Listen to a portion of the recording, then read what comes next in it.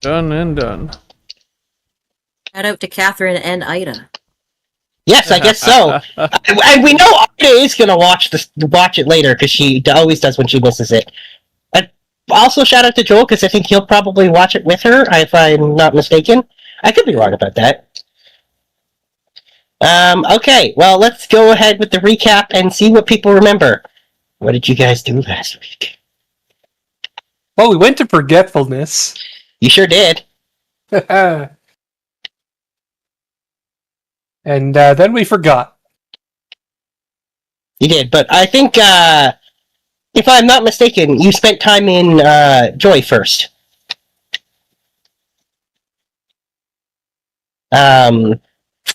So yeah. Our fish isn't a fish anymore. That's correct. He is a lizard again. He is a lizard. Yeah. For which he seems very happy and also very angry at Lokoth. He seems very, very, very angry. Based on how many threats he's made. Oh god. It was continuous. Yeah. It was pretty, yeah. There was some threats. God. We also got juice boxes for our resident bloodsuckers. That's true, you did do that, yes. How many did you get them each again? I can't actually remember. Gave them 3 each That's out of all right. the ones you gave, and that way, like, we hid the rest. Space them out. So basically a year's supply. Yeah. That seems optimistic. Yeah. And extremely conservative.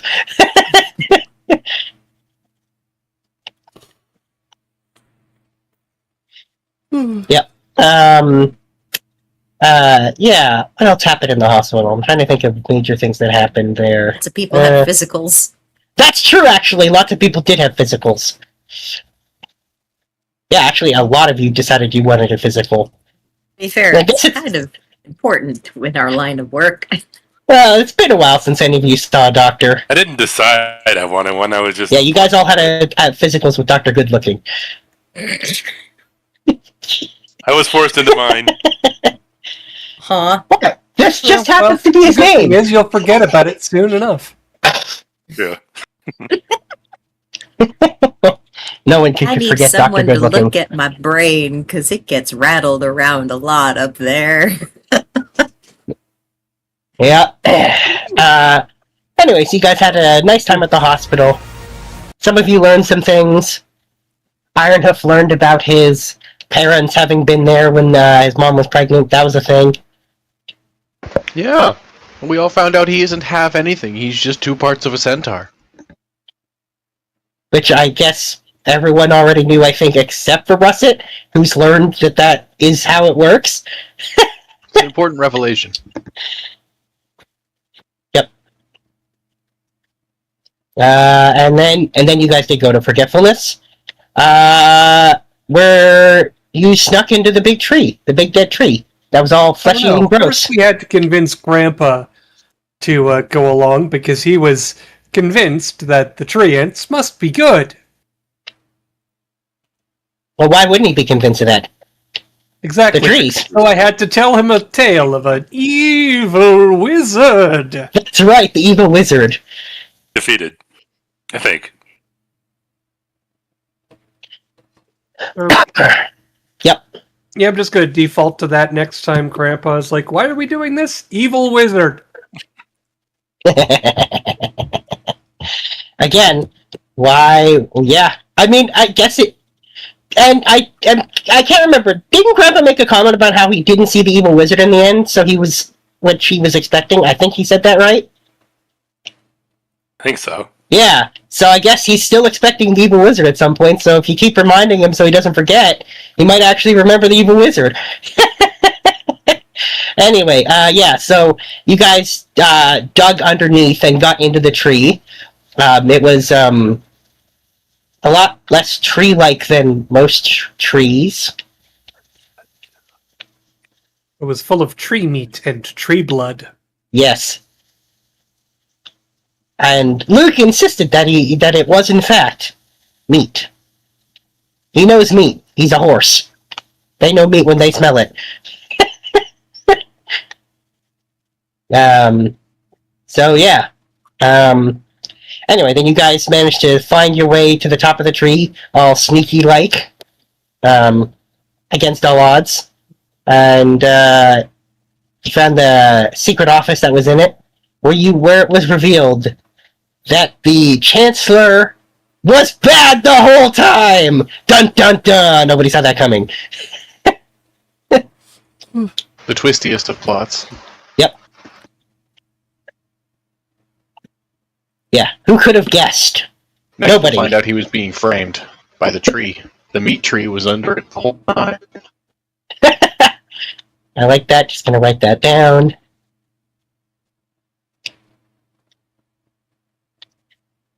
Anyway, so yeah. Let's say Susie was upset about that. I think that's a fair way to phrase it. She was upset.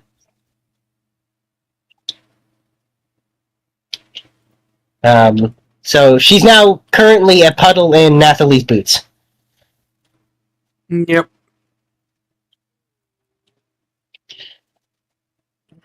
And then once they figured out that you were there because you guys were messing around with stuff, a note got put through one of the teleportation markings of Deodora, and it basically said congratulations. And then the Expanse started getting replaced. So you guys hightailed it out of there. You grabbed a bunch of let's say tree face-huggered people.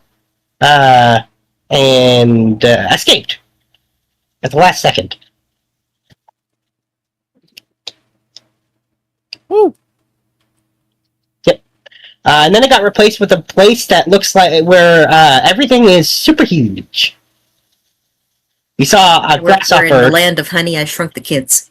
Yeah, you saw a grasshopper that was like the size of a very, very large ancient dragon. Huge. And that's where we left off. I think that's basically everything. Yeah, give or take. Try to make Susie feel better. Nathalie shared a memory of her mom to make her feel all warm and fuzzy inside. That's right. But she's still a puddle in your shoes. She is still a puddle. We all need to be a puddle sometimes. Yeah, well, and in particular, she does seem very heartbroken, which maybe isn't that surprising, given what happened. She is learning the difficult lesson that people can love you and be bad people at the same time. Yes, a hard lesson.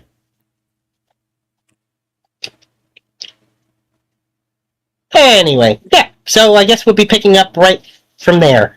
So currently you guys you kind of just entered into this new expanse. So, what do you guys do?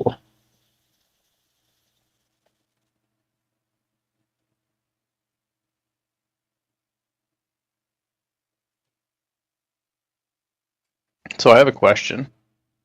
When we were in Forgetfulness, I disarmed a trap using my God-given ritual, and you left me with a teeny-weeny shard that is square and green and magical. Mm-hmm. Do I know I have that?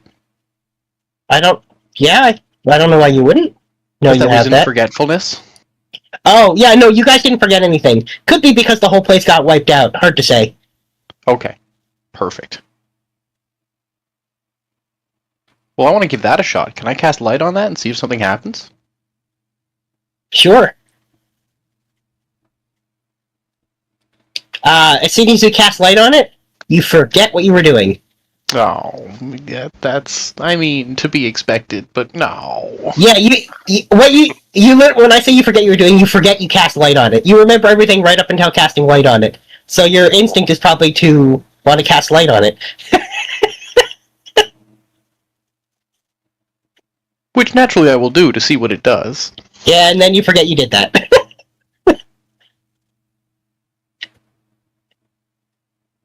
So I guess we know what Rust is doing for the next 2 hours. Or however long the loop continues.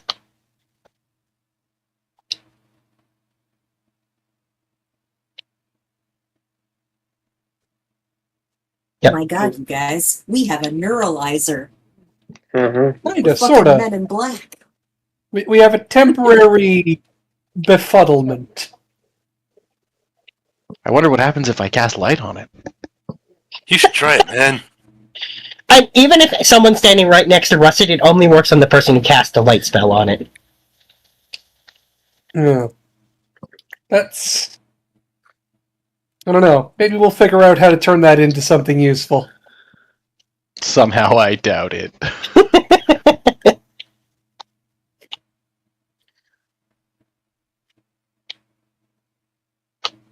I'd be very curious.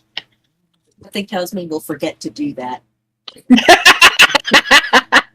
Ah.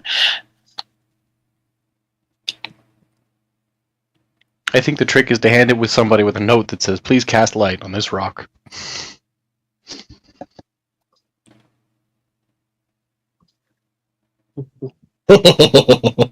No, see, that's where you're going wrong. You need to leave a note that says, whatever you do, don't cast light on this rock. Oh, that's so perfectly evil. Are you sure you're a good guy? Part demon. And she just sort of shrugs.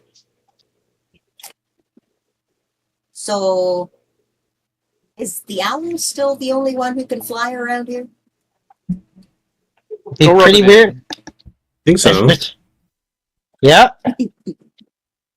So, I feel like even at my height, I'm a little out of my depth. Maybe you could get a bird's eye view of what the situation is. Okay, how come you can make bird jokes, but I'm not allowed to make cow jokes? Oh, you can make cow jokes. Okay. Just let it be I'll on fly up record. and She look, said I it was guess. okay. You got permission.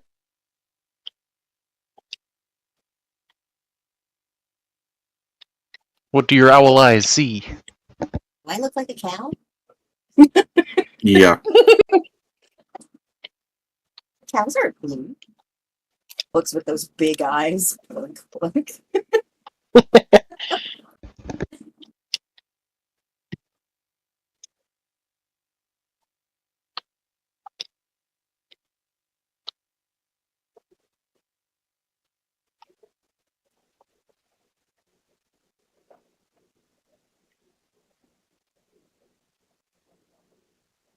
Anyway, so if you go up there, what you see, I'm just going to describe it. So as Nyx flies up, he sees that, as far as the eye can see, a field of grass, but the grass is taller than most trees. On top of that, he can see large insects, some of which he can easily recognize, like that grasshopper, some of which he has definitely never seen before. Some of them large bulbous-like things, walking on two legs, they've got spots on them. Pretty weird. Everything seems to be pretty violent. He also sees several massive objects that he does not recognize. Can he describe them? Yeah, so one of them is like a tall cylinder with a little nub at the end. It's half black and half yellow. Like, the top half is yellow, and then halfway down it switches to being black. He sees a large gold hoop, and what looks like it would have been an apple, other than the fact that it's much larger than your regular-sized building.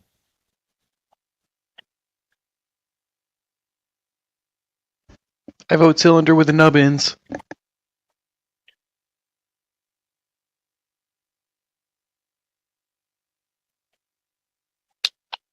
So yeah, that's what Nick sees.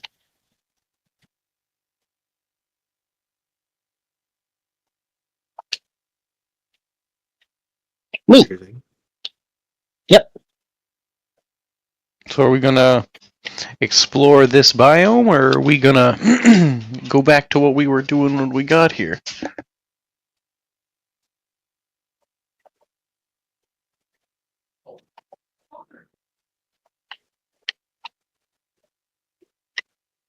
We were doing something before.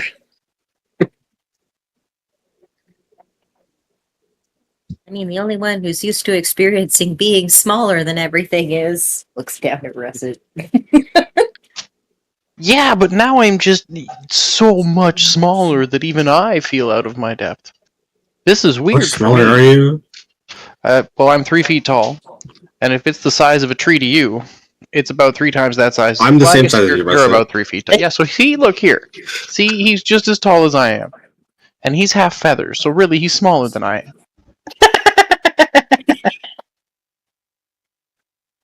I mean, can't argue that. I've seen an owl naked without the feathers on in school. Ooh. I'm not sure anyone wants to see that. I don't know why Nathalie saw that in school. That's, Actually, seen a Weird. naked bear. I learned a lot about animals. I think hairless bears are worse. He's got a point. Bears are freaky without fur. Fuck yeah, they are. yeah, I guess I can see that. Anyway, so what do you guys do? Hmm.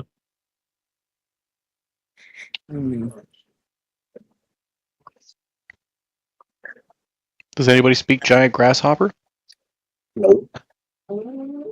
Looks at Nathalie. Probably. As long as it's not a monstrosity or something, and it is just a grasshopper, I should be good. Oh, the grasshopper's long gone.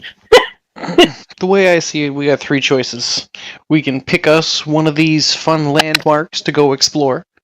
We can go find out who lives here and talk to them about what's going wrong with their lives, because that's usually what we do. Or we can leave.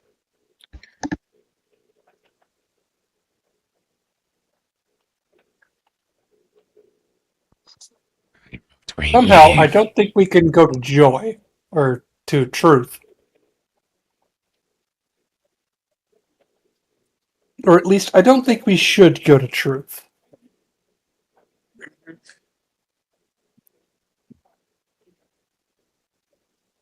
Okay. The jig is up. So, do we know of any other paths out of Joy? Or is it just a pass through?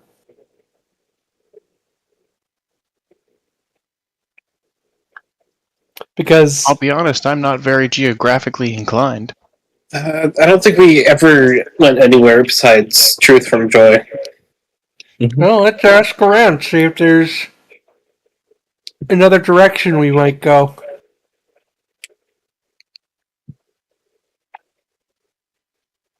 Otherwise,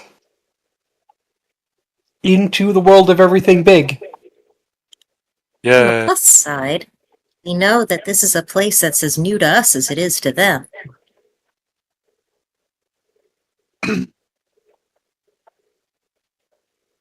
Nobody has an advantage here. Except apparently the grasshoppers. Yeah, they were pretty big. Cool. Maybe they're nice.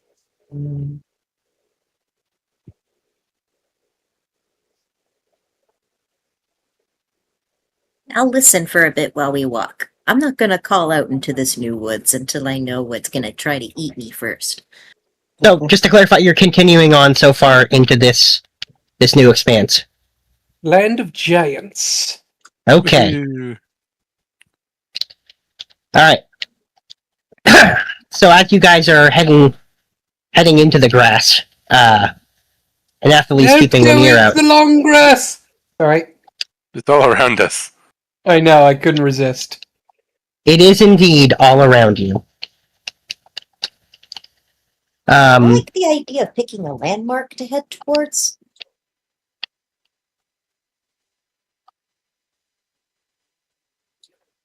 Anybody got one that they particularly want? Otherwise, we're gonna go to the one that Russet said sounded cool.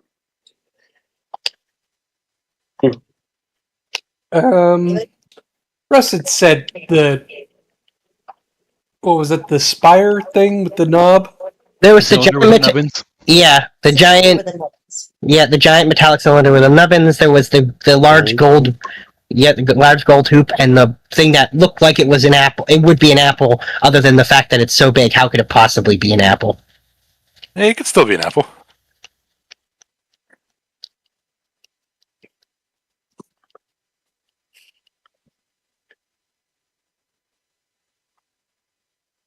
This place is on a scale completely different from Vivrina and the others. Yeah, that is correct. Yeah, even they would be dwarfed by this stuff here. Not nearly as much as you guys, but still.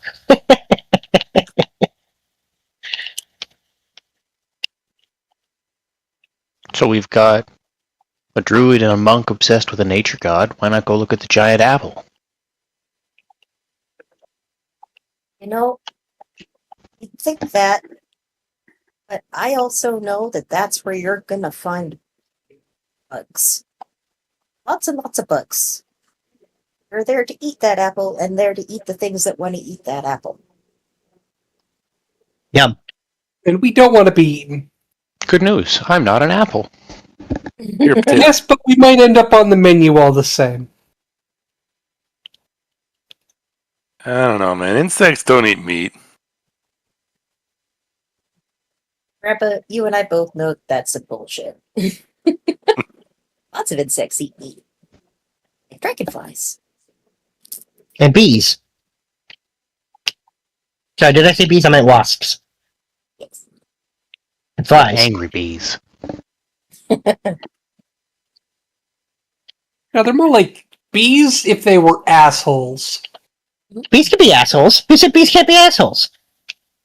Just because they're a useful, natural part of, survival of our planet doesn't mean they can't be assholes.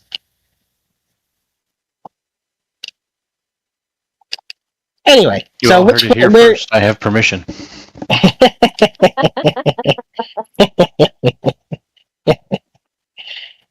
Alright, so where are you guys going? In with the nubbins. Alright. I am very curious about the nubbins. Everybody likes a good nubbin.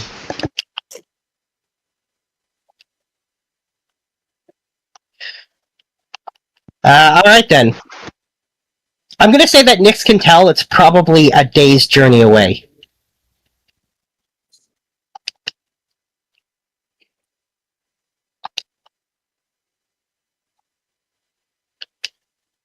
So that's where you're heading? Yeah, that's where you're heading.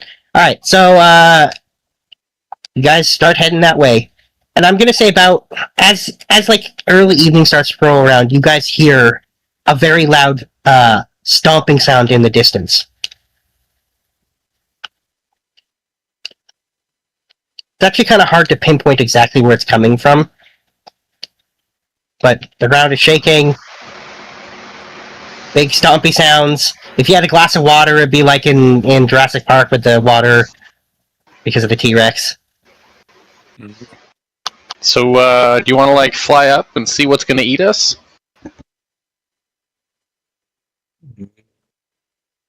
Sure. Hurry back, I need to. Anything? Yeah. So as you fly up, you can see it looks like there, for lack of a better word, there's a battle going on. If battle's the right word, it's more like natural selection of one of those large bulbous two-legged animal things in the midst of fighting a large green plant with a purple flower that sticks up off the top like an antenna, and they are in the middle of trying to eat each other. Very loudly. Who's that Pokemon?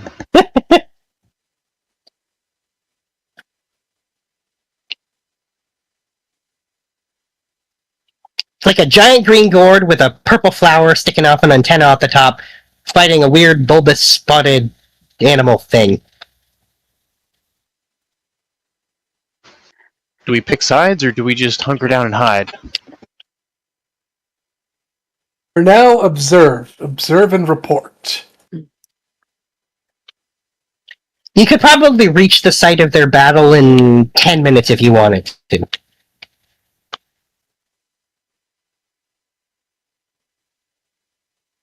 Are they loud enough that I can understand either of them?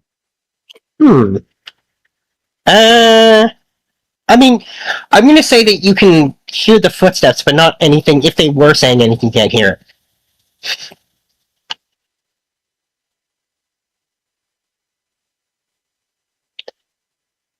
Do you guys just keep going? Do you stop to watch? Do you go closer for some crazy reason? I think we best keep I like option C. Let's go closer for some crazy reason. Approach with caution. You approach with caution? Some crazy reason it is. Alright then. Alright, you guys decide to approach with caution. By the time you guys arrive there, you can see the battle is done. The plant won. And there is I didn't place money on it. There is the remains of a flattened bulbous animal thing, and a large purple flower just sticking out of the ground.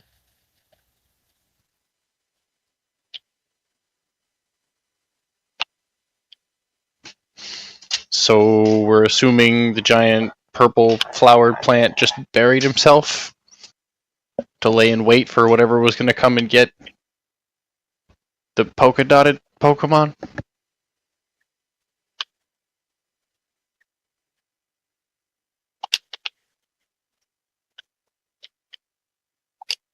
No?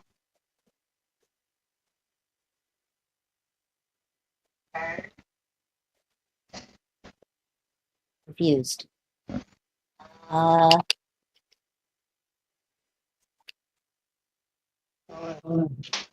guess. Does this plant dude seem like he moves, or is he stationary? I mean, right now it's just a plant that's sitting there, like a flower. If Nix hadn't seen it moving, like seen more of it and seen that it can move, it doesn't look like it would move. It just looks like a plant. Sometimes the best time to talk to a predator is when it's in the middle of already having lunch. That's certainly a choice of words. Yeah, I'm gonna go ahead and disagree. You don't get between something that murders for food and its food. Oh, I'm not saying It already get got between its it, I'm food, just- though. Yeah, that's the thing. It's already got its lunch. It doesn't need to hunt me. So maybe it'll say hi back. Good luck, I'm rooting from over here. Ah, rooting.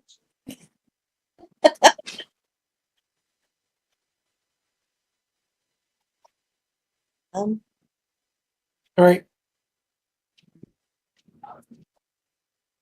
I guess I'll go try and talk to it. I'm so glad you're so cosmopolitan. Good luck. Natalie is gonna come up and she's going to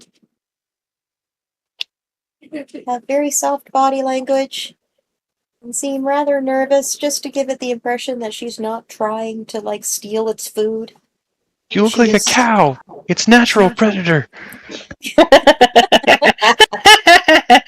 The tiniest cow ever. Hi there. You look very healthy and full of chlorophyll. And I'd love to get to know you. You seem very cool. You really do, man. Okay, so as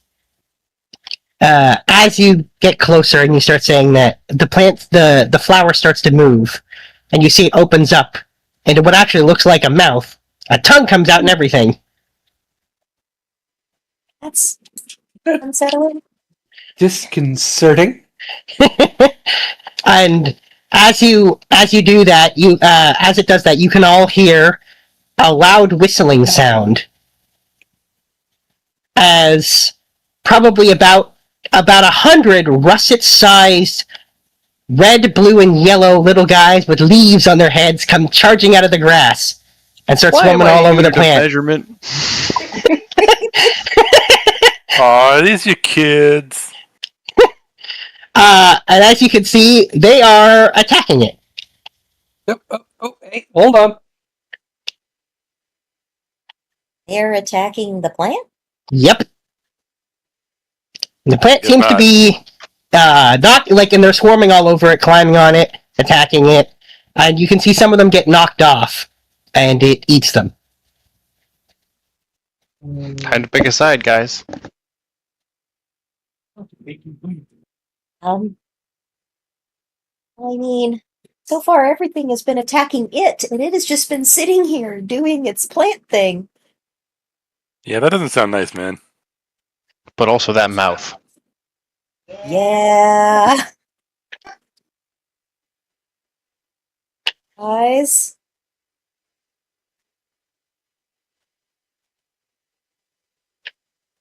What do you want to do?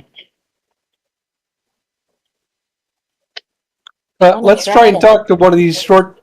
Yeah, you see every once in a while. Let's talk to some of these people. Yeah, well, so Wow. these little guys, you see every once in a while, one of them gets like flung out of the battle and like winded on the ground near you. They eventually always recover and charge back in. Do they seem like plants or animals? They've got a small leaf coming out of all of their heads, but they definitely walk on two legs, and they got yes, they look like Pikmin. God damn it, we're in the Pikmin. No.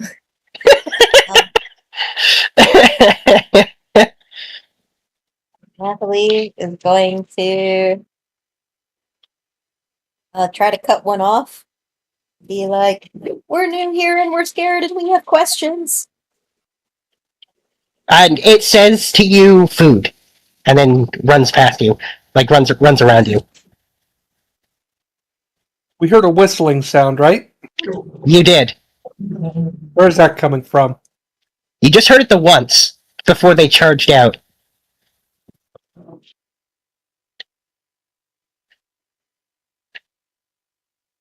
Do we see, like, here, like, in which direction? Yeah, I would say you heard in which direction. Came from the direction if you like as you were heading towards it. It was on the other side of the big plant.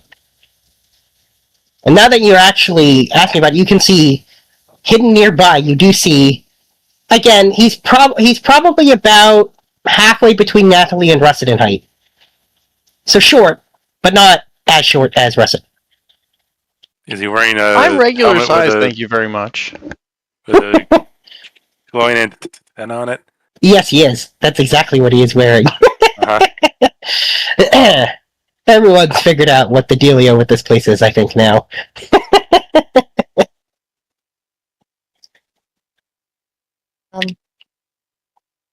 I'm gonna rush up to that dude and same spiel. Hello, we're new here and we're scared. And he says, then stay back and don't interfere, or you'll get eaten. Would love some more context and info about that. He points to the Friends. plant and says, "That'll eat you." Can it be He said he was reasonable? going to eat you. He says, "Not that I know of. Everything here tries to eat you, except for these little guys." And he points at the little guys.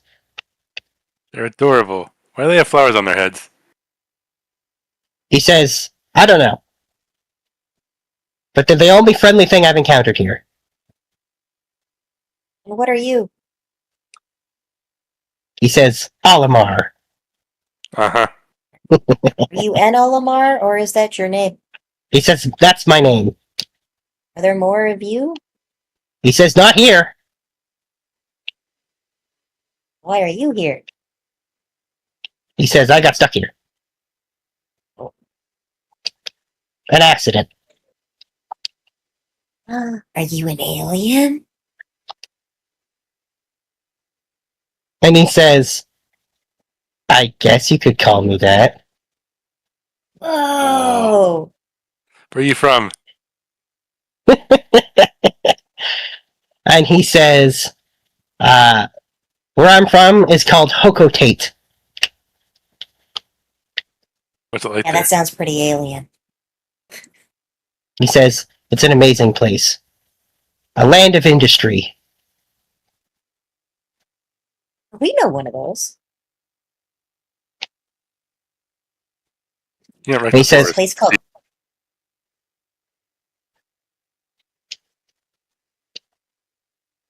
He says. He says, well, it was pretty amazing. I came here to make money, but now I'm stuck. And if not for these little guys, I'd definitely have already been eaten. Just like you were about to be. Trade. He says- Trade. Okay. He says, a good giveaway, the mouth. Oh yeah. He says, time everything frame? here... Yeah, he says, everything here with a mouth is going to eat you, and everything without a mouth is just going to kill you.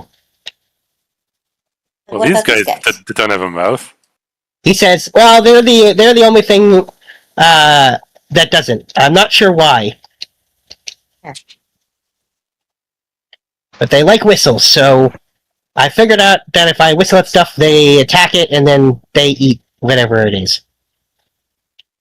Which you can see they haven't got mouths. he says, at least I think it counts as eating. And as he says that, he points and you can see the plant has died. And they're now dragging it slowly out of the ground.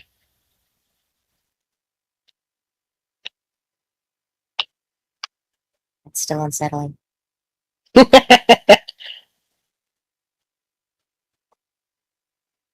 Okay. Idea for trade. You want to go to a place that's like your home, right? He says, ideally, I'd like to go to my home. Right. Good luck with that. Is it? Feel like I can get you to an equivalent technological situation where you can have a bubble bath and cheesecake again.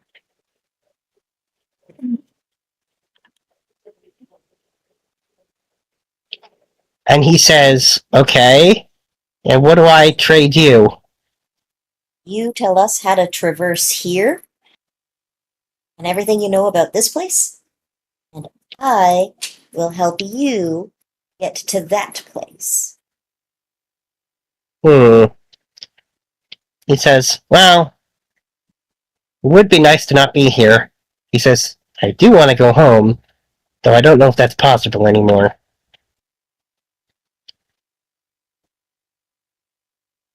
And he says, all right, you have a deal. Woo! Cheesecake! Wait, are we going to Carbs or Techtopia? I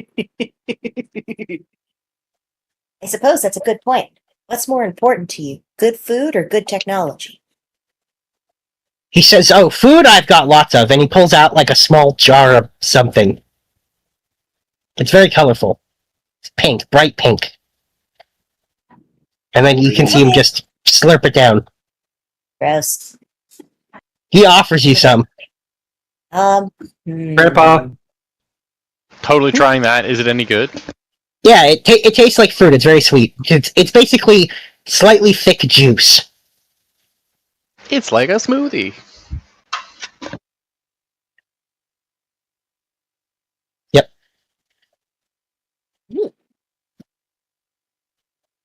But it's very filling. Kind of reminds you of good berries, honestly. I like good berries. Like mashed goodberry, like goodberry jam, you know? Sounds perfect.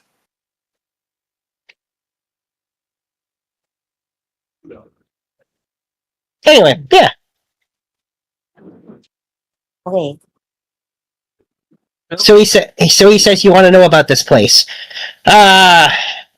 It's filled with what I can call treasure, if you want to think of it that way. Things I've never seen before. I'm sure they're really valuable. They're also really huge. And he'll point at this point. You can see the cylinder that you're heading to. He says, like that one. What is it? He says, I don't know. I call it the Endless Recharger. Just a name. I don't know. I like it. I like this guy.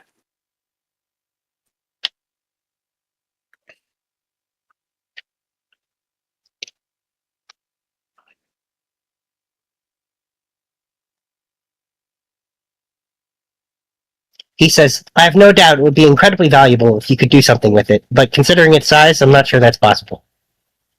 He says, everything here tries to kill or eat you. Everything.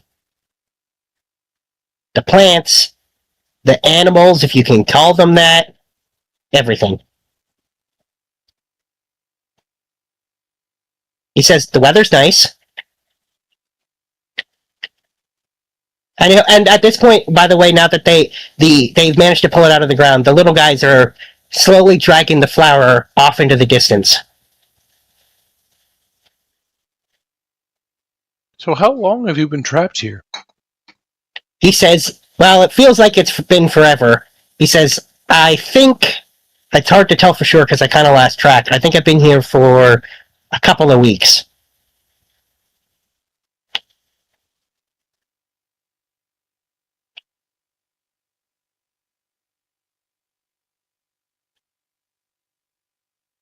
Well, let's. Are we still headed for the cylinder, or? That's up to you guys. You promised to tell him how to get somewhere else. Oh yeah. Which is, So we don't know the exact route out of here specifically. That's We the just part come where from we where we need you. entered. However, once out of here,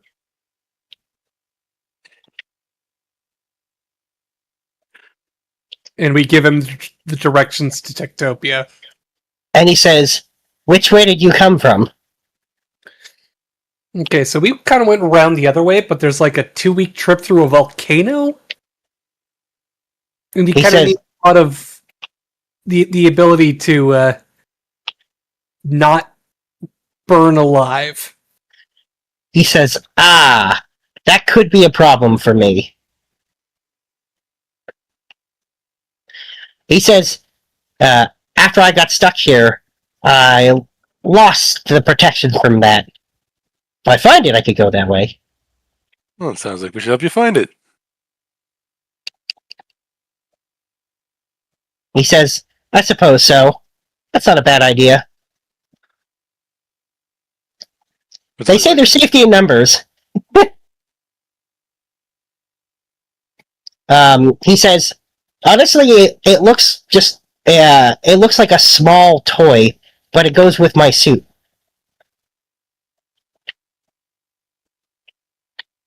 He says, I'll point it out if we ever actually see it. And he gestures around with his arms. He says, this place is massive. I'm sure I don't know where it could be. Okay. So you're going to come with us and we're going to go see why the Infinity Charger is a good thing? He says, if you want to go that way, that's fine. There are dangerous things there. Are there not dangerous things any other direction? He says, no, that's a good point.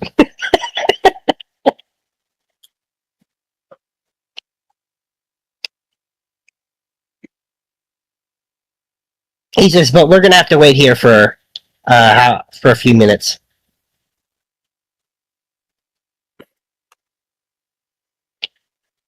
He says the little guys will be back. They're fully out of sight, having dragged the flower off.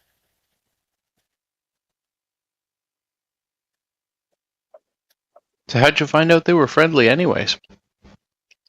He said, I stumbled upon them and they chose not to eat me. That was a good sign. At that point, I'd been running from everything else, and everything else was trying to eat me. They seemed more curious. Curiosity is a good thing, man. Yep. That's how you learn things. He says, or that's how you get killed. I was curious when I first got here.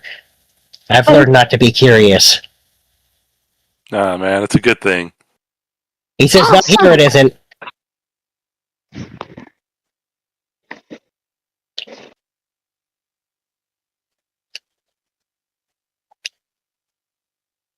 I love how Jane can't be in chat for more than 30 seconds without saying son of a bitch. Oh, fucking hell, man, it's hot.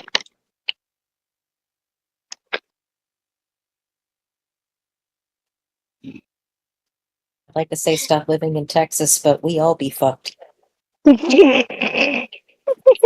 Yeah, I was gonna say it's hot whether you live in Texas or not. I'm just annoyed and fucking pissed at the moment. Uh-huh. I just Give want that a to. break. I just want to destroy something, kill something. Something. Hope Well, unfortunately, Goblins we're are not in in combat the right now.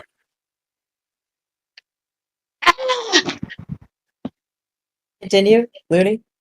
What was I saying? Oh yeah, he said, I've learned not to be curious because it's dangerous. At least here. He says, but if you want to go that way, I suppose it's as safe as anywhere else. But we need to wait for the little guys to come back, or I don't see us making it through this.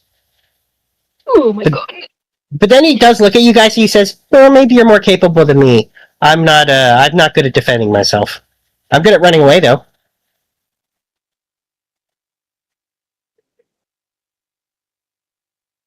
What?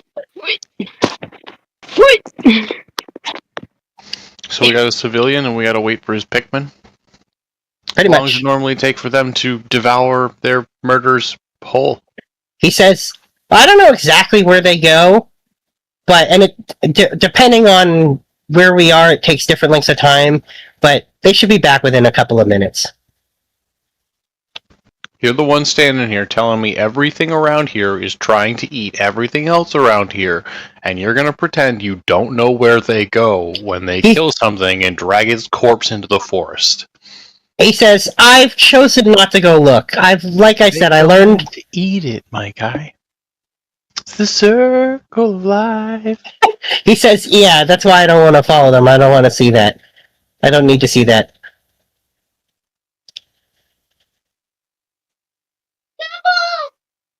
This is a place of violence. I'd rather Oh, wait real here good and... violence.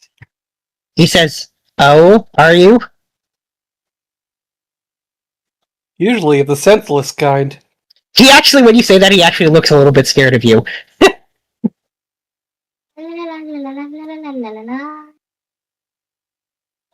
He says, but you don't eat people, right? Nah, man, that'd be Don't weird. go people. He still looks really scared of you. I don't even eat People meat. taste terrible, no matter what kind of dressing or sauce you put on them. Why put it that way? Just Stop messing with him. freaking this guy out. And he looks even more afraid now, like he's gone pale. I mean, I drink blood. Okay, not helping. Yeah, at this point, when you say that you drink blood, he passes out. Very weak stomach, this guy. Man, you I'm not broke our carrying him. guide. Now we're lost again. That's okay. Thought we were Splash gonna away. follow the tiny flower guys. Picks up the person, just puts them on my abdomen, my freaking whatever you call my ass, whatever you call it. God damn it. Like there. Thorax. Thank you. That. You put him on your thorax? I don't know what the fuck. Thorax. Thorax. Right there. Yeah, the thorax. Junk in the trunk. Okay. There. Alright, and when he wakes up in a minute and sees him, sees where he immediately passes out again. Oh well.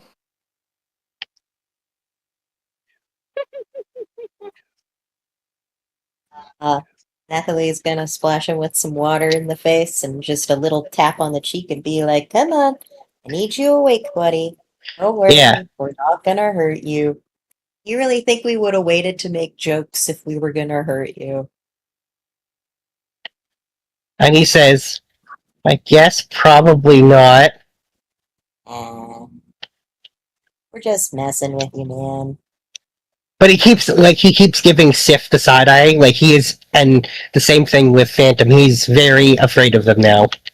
Seriously, me?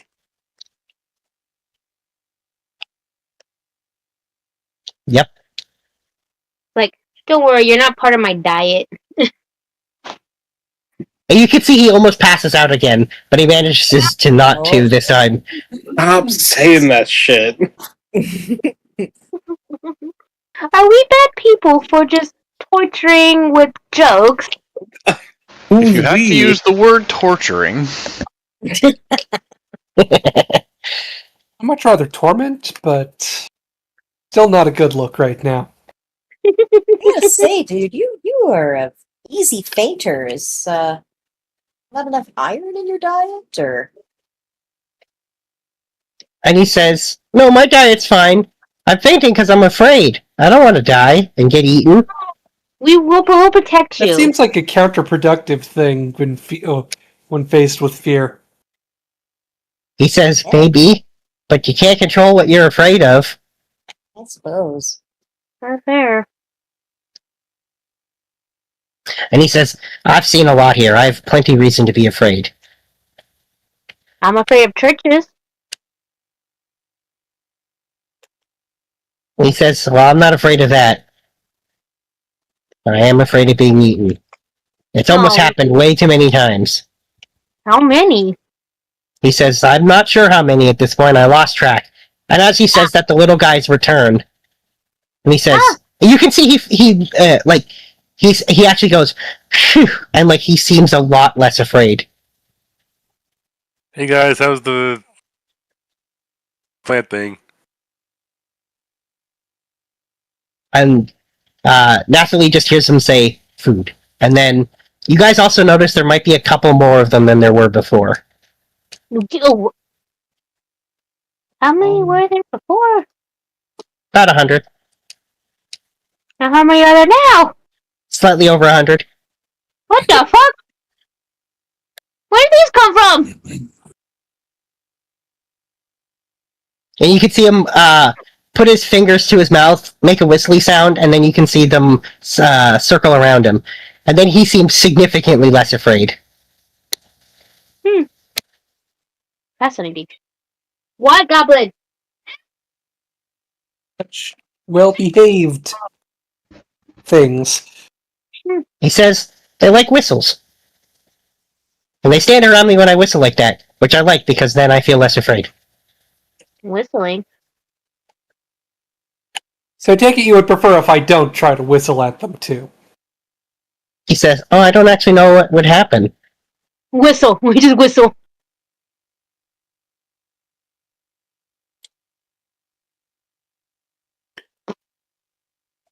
Do you whistle?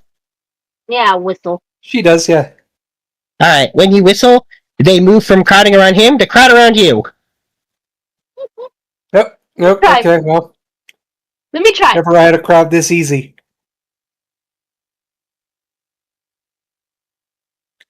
Yeah, if you whistle, they crowd around you in the same way. This is actually pretty fun. We should probably not deprive our friend of his friends. Fair enough. Whistle, dude. Yeah, he whistles and they crowd around him again. He says, "Well, that's interesting. They really do like whistles. Not just mine." Oh, well, good to know. Mm-hmm.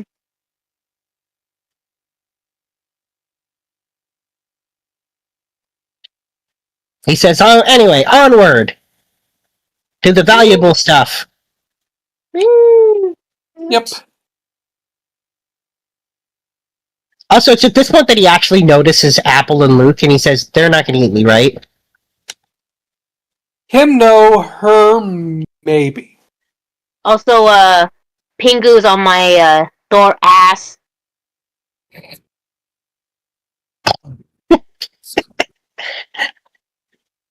Okay. Yeah, He doesn't even- her in a while, but Sif still has joy. Because, Yeah, again, hasn't found a good place to get her adopted. well, she is adopted. No, this is just a temporary foster. Nope, she's yours now, dude. Just gotta look for a forever home. Yeah, you're looking real hard. Mm-hmm. I'm sure you'll find it eventually.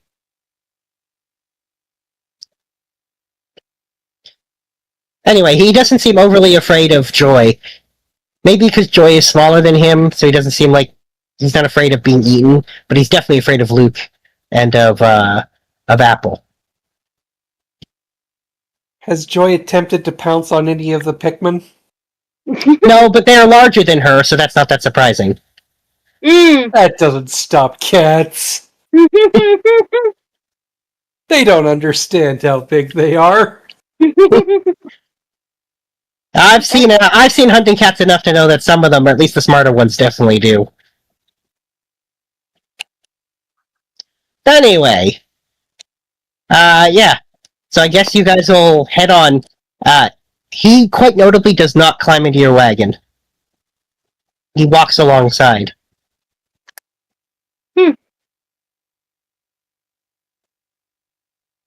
Hey, you can come on up here. We're all friends now, man. He says, better to be safe than sorry. That's your name, Hazalamar. He says it is.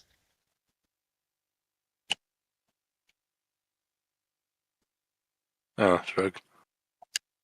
Yeah, he's looking at Grandpa and he's like, are you okay? Totally fine, man. He says, my friend's grandmother was like that. Nice lady. All you know aces Granny? and empty spaces, huh? Yeah. She sent him the same bug snack every day for like 3 years because supposedly it was his birthday.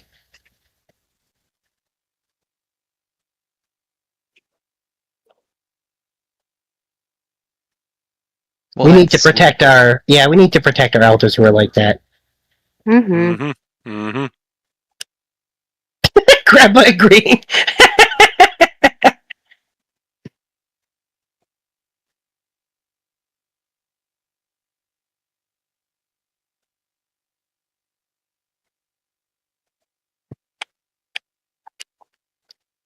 Anyway, so it's unless you change your destination, you're heading towards the giant metallic cylinder with the nubbins. Does Pikmin guy keep up, or is he slow? No, actually, he's surprisingly quick on his feet, which makes sense because he's told you all he does is run away from dangerous stuff.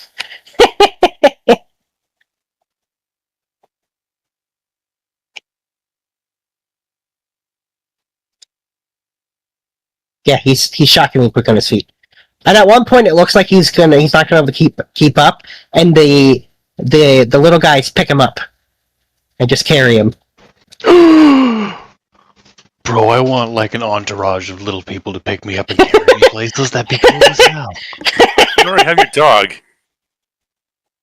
And he's lovely, but he's more drool than entourage. Look at the class that comes with. Like, they got like legs and shit and arms, and none of them spit on him. They're also voracious eaters.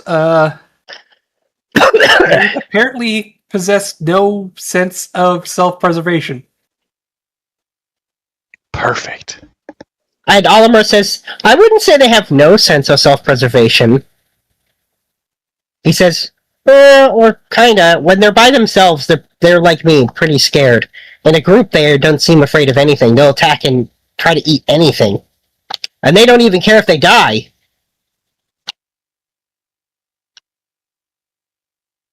So yeah, no sense of self-preservation.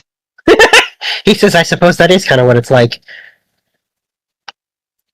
He says, but it doesn't give the vibe that that's the reason, but I suppose. Just like hive-minded. Yeah, or something. Well, that's a whole new nightmare. Let's go see the battery. I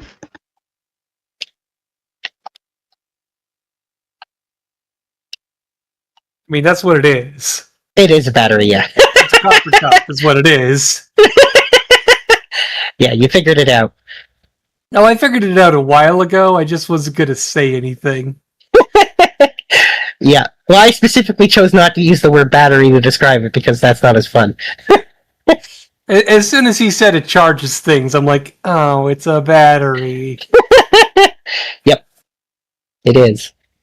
Anyway, so yeah, you guys head there. It's going to take you a day, so you'll need to rest with Olimar.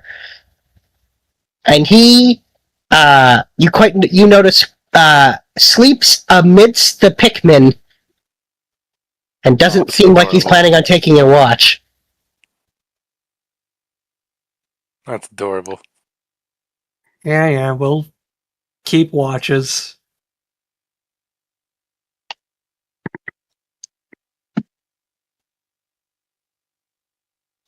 Alright. What watches are you? Who's taking what watch? How many watches and whatever? I feel like it's always 3 watches. Doesn't have to be. Yeah, You but can have no, 9 watches. You could have 9 watches if you guys want. Do we have 9 individuals? We should do 9 watches. Oh God. No, we should pair up. That way, if one person doesn't see something, the other person might see it better. Can I be in the first watch? I don't have dark vision. It'll still be dark. I can watch with you. I got dark vision. Perfect. Okay.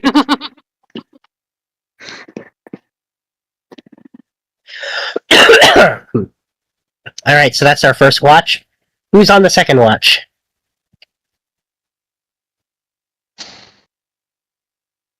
I thought who was on first? Haha. Now, who's on I'll take second. And then I'll go with Natalie. Shocker.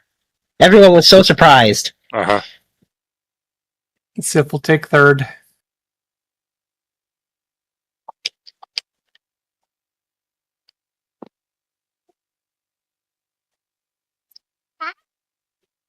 Wow, don't all volunteer at once to spend I'll a take watch third with her. you. Oh, there you go. What? I already took a watch. I can't take 2. That's not fair. Yeah, alright, I took a watch with. Who did I take a watch with? With Russet. Okay. You immediately forgot. The residual...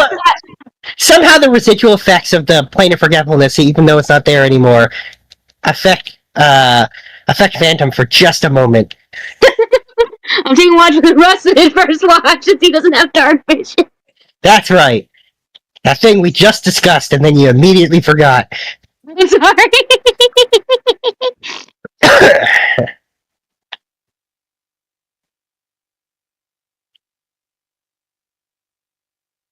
Alright.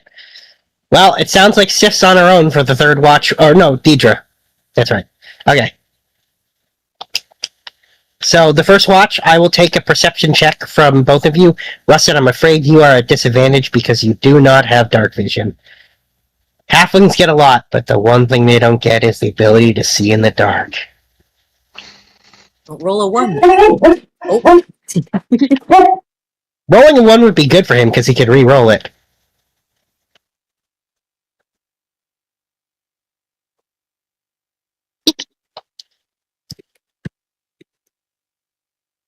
So yeah, I will take perception checks from Russet and Phantom. Okay, let me get my character. Come on, no, you Perfect. piece of shit. Perception, I am blind. There you are. Well, you're rolling normally, so that's a very good perception roll. You might be blind, but your character isn't. And thank goodness for that, because I'm actually blind in both cases. Yeah. I don't know if Russet's distracted because of how huge everything is compared to him or what, but he doesn't notice anything despite the incredibly loud sounds coming not that far off in the distance during your watch. The sounds of fighting, the sounds of things being eaten, violence. Phantom hears it though. I feel like incredibly loud is maybe an exaggeration. Yeah. It was like, the neighbors are having a party. Whatever. They have parties. It's fine.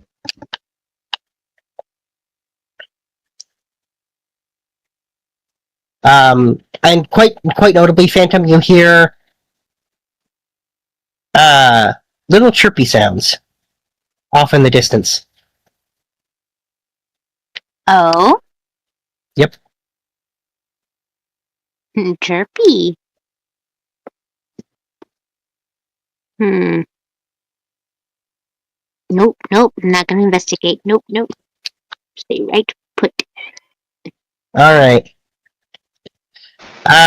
Then your watch passes, I guess, uneventfully, if you don't count all the sounds you heard as eventful. Mm-hmm.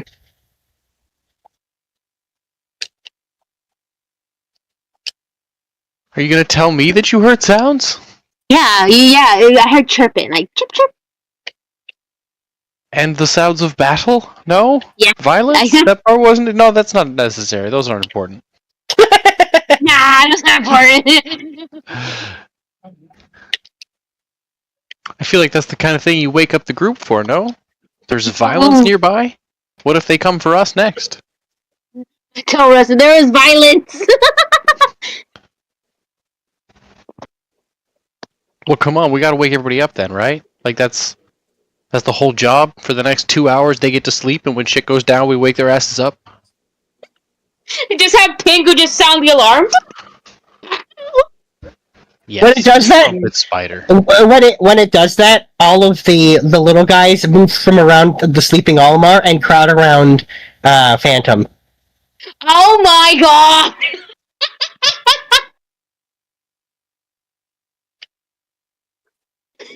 So a toot fucking like. Apparently, they also respond to trumpet sounds. Oh my god!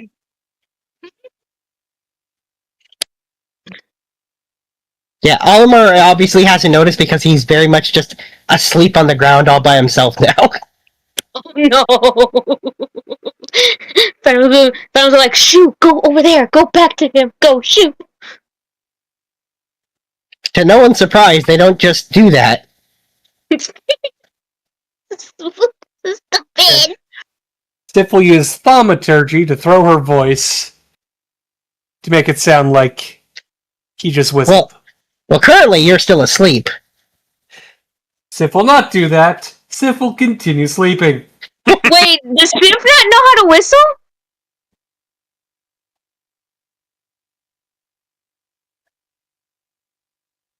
Well, again, so Sif was asleep, so it's kind of a moot point.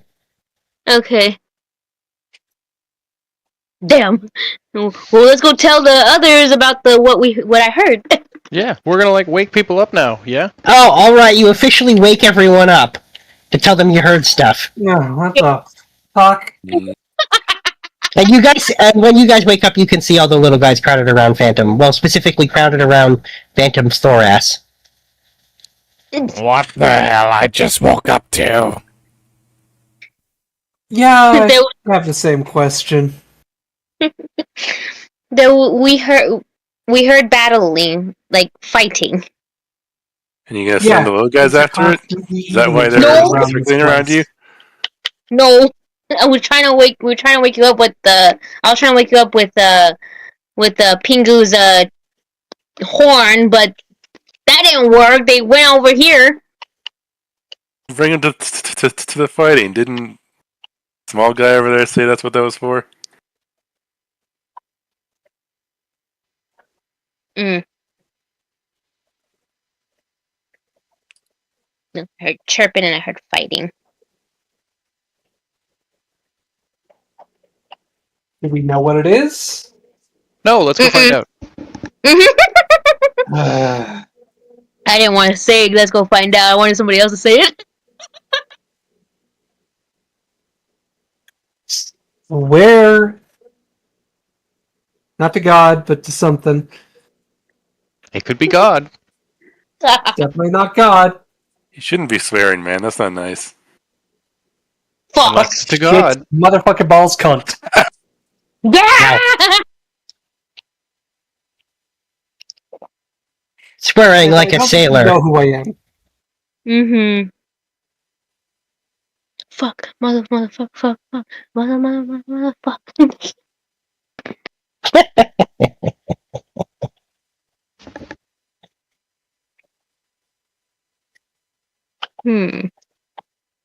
Anyway, do you guys head off in search of the sounds? I I'm do. fucking up now. Alright, having been woken up, you guys head towards the sounds. And by the time you get there, you just see the what's left of a battle between something. It's hard to tell, there's just kind of just chunks of meat. Large chunks of meat, bigger than each of you, just sitting there. There's a lot of blood. The ground has clear signs that like large creatures were smashing around. Footsteps that are all messed up. Yeah.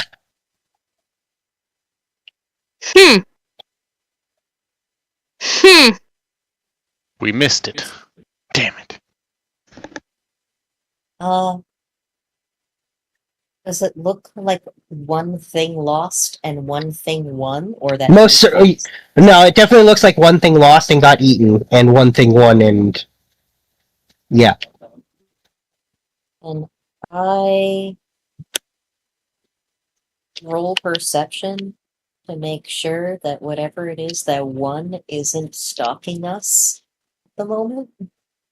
I'll let you roll. I actually think in this case I'm gonna go with a nature check. Nature or survival. Take survival.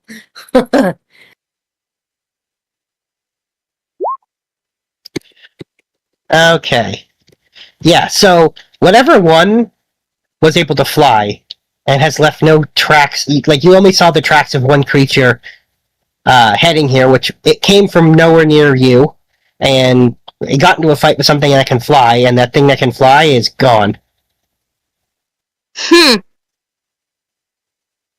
Okay. And I tell what this thing was that's dead? Like, was it a bug? Was it a bird? I'm gonna say based on the meat, you can tell that whatever it was definitely not an insect, probably a mammal. But what kind of mammal? Who knows? But it was definitely sanguine. Try some. What was it? You offered some of the blood. Yeah, why not? Worst case scenario, it becomes gigantic.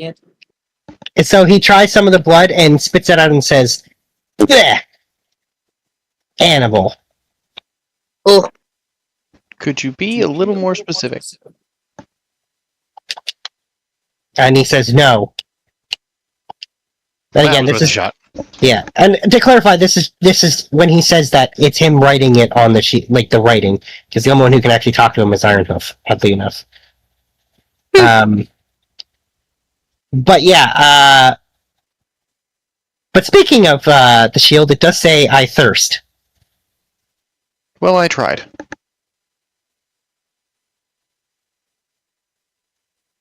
Do you give him blood?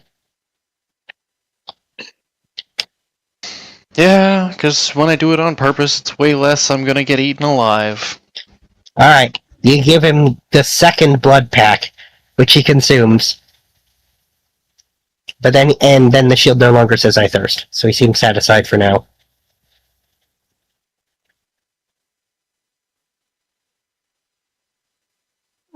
Well, whatever happened here is over. We're not being hunted. No. However, I do think that this is maybe a good sign that we shouldn't send the owl up into the air by himself anymore. Oh, take me! Take me! Take me! Take me!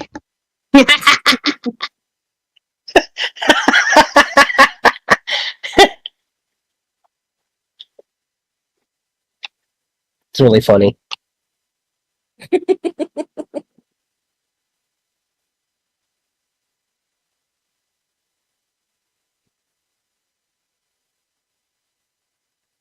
I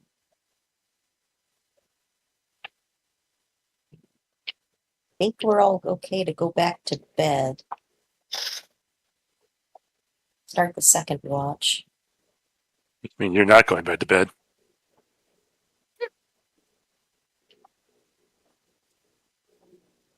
Well, everybody else can go to bed. I'm awake now.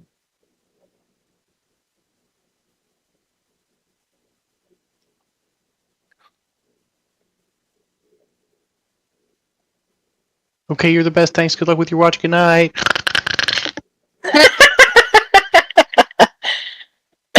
That makes sense somehow. It'll go fine. It's so halfling of you. Mhm.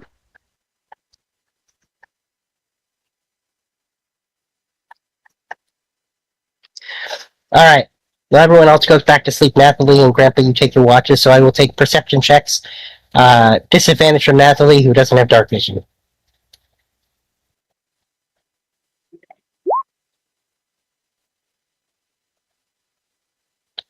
Okay. Perception. Grandpa's isn't terrible. Oh, so close to a nat 20. So close.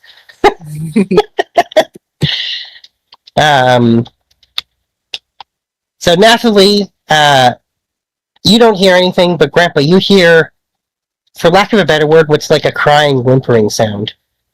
Mm-mm, mm-mm, Mm. mm-mm, mm-mm, Well, that's concerning. mm-mm. Where's it coming from? Not that far away. Mm-mm, It sounds like something's in pain over there. Maybe we should go look. mm-mm. Thank God. Probably needs help. Seems like it. You go check it out? Is Nathalie coming with me? Yes. Why'd you gonna be the fucking witch? Alright, let's go see what it is then. Alright. We try to stealth. Please. If you want to stealth, you can roll stealth. Gonna have to convince Grandpa to do that. Grandpa's too old for stealth. It's too old for stealth. Just tell him it was an evil wizard.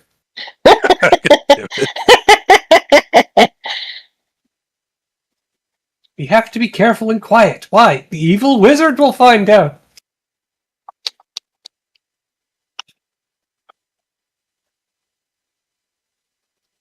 Yep, that makes sense. Alright, well, if you're going to be stealthy, roll stealth. Stealth.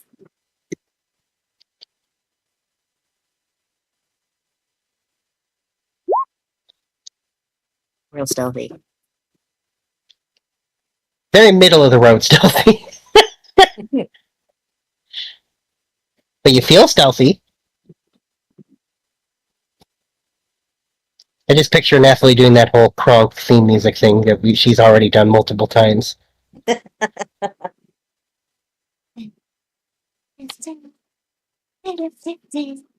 Yeah, exactly.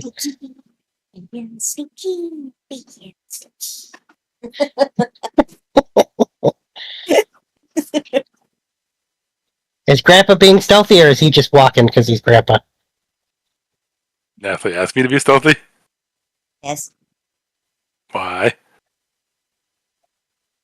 because sometimes things pretend to be injured to set traps.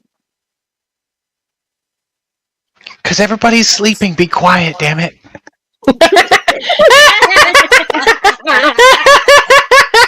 My fucking God. Fantastic. Hmm. That's such a good Grandpa Sure. reason. Grandpa's shockingly stealthy. Damn it. I know how to walk with nature, man. Apparently he does. Alright, so as you guys continue, you reach the sound of the whimpering, and off, just kind of seemingly stuck in a small clutch of rocks, with one of them literally one of the rocks on top of it, is one of the little guys. And you notice it's instead of having like a red or blue or a yellow color, it's like gray. Oh, God damn it, Liddy. Oh, See, look, he needs help. is he just crying? Yep. Hey, little buddy. You don't have to be sad. You want to talk about it? It doesn't respond. It just makes another crying, whimpering sound. God. Grandpa, let's go sit next to him. Okay. How'd you get stuck here, little guy? And to no one's surprise, it doesn't respond to Grandpa. What's got you so sad? So as soon as you sit next to it, seems to perk up, and it kind of wiggles itself free of the rocks it's kind of stuck under, and then just stands next to Nathalie. And you notice it changes to the color red. Mm-hmm. Oh, I didn't know they could change color like that. So now you're red. That's cool. Mm-hmm. Your very first Pokemon. Pikmin. He's a mood ring Pokemon. uh, so, how did that happen? Why are you red? Is it because my hair's red? Doesn't say anything. Can you talk? Try whistling at it. They like that.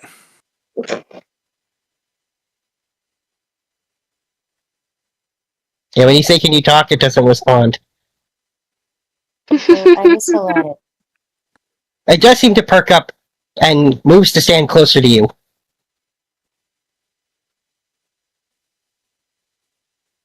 Okay. Well, you can, take out. and then you can. I was going to say, you see, like all of a sudden, off from the camp, the 100 or slightly over 100 of the ones respond to your whistle and charge over to you and crowd around with this one. God damn it. They don't change color, just him.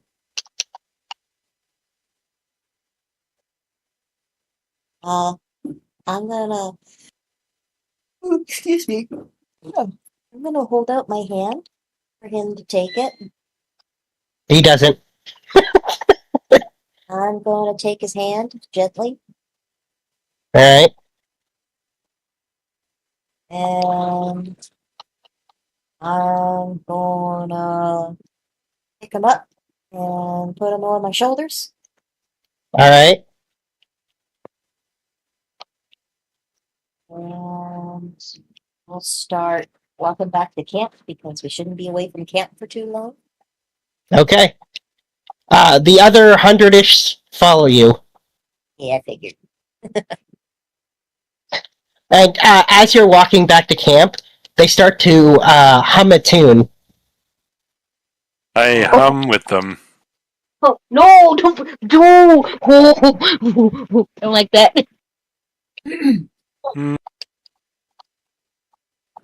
Interesting. They learn music. They do seem to like music. How interesting. Disconcerting creatures.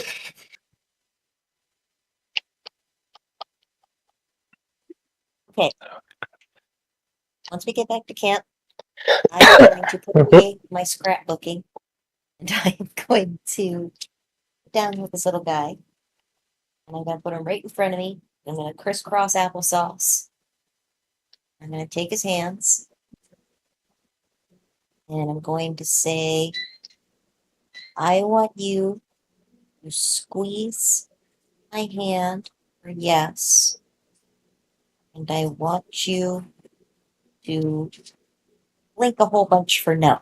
We'll make this a game. Okay? This kind of looks at you. Okay.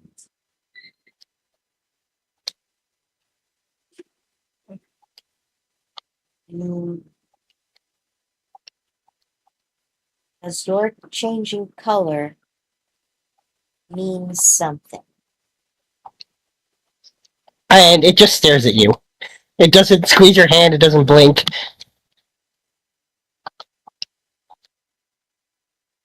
Okay.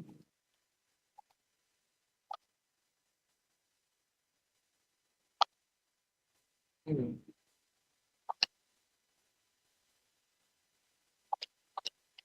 I get through to this guy. I really want to talk to you, buddy, but I don't know what to do.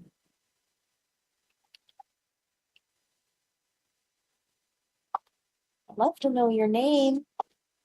Do you have a name? It just stares at you unblinkingly. You should give it one. Um, You're good at naming things. yeah.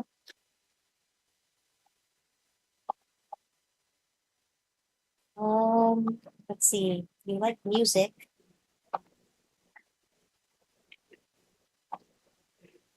I'm gonna call you. David.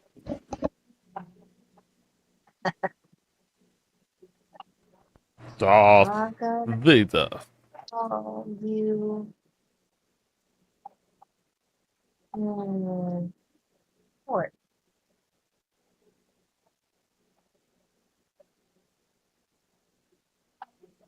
Alright, well, it doesn't respond to you giving it a name. Just stares at you unblinkingly. In fact, I'm going to say that at this point you notice it doesn't have eyelids and it's not capable of blinking. That's uncomfortable. Well, little dude, I like you. If you want to hang out, that's totally cool. Well, at this point, all slightly over 100 are hanging out. And they crowd around you. How about the rest of you? Any of you know how to talk? They all just stare at you unblinkingly. Unblinkingly, huh? Well, again, they don't have eyelids, so they can't blink. Hmm. How disconcerting. Yeah, it's only slightly more than 200 eyes just staring at you. Like my treasure trove collection in my bedroom all over again.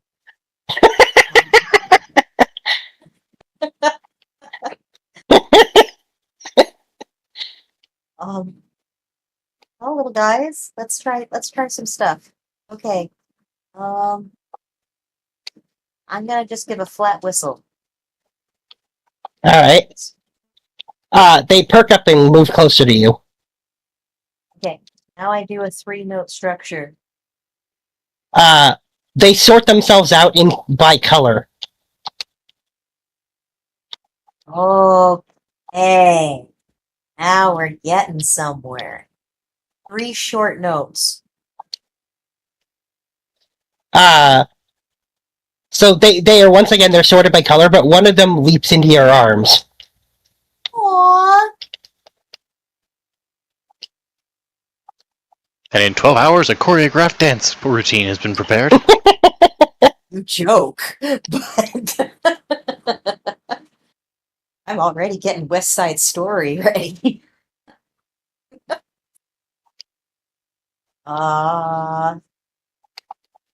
Okay. Let's go with 1 long, 2 short. So the one that you're holding hops out of your arms, and one of a different color hops into your arms.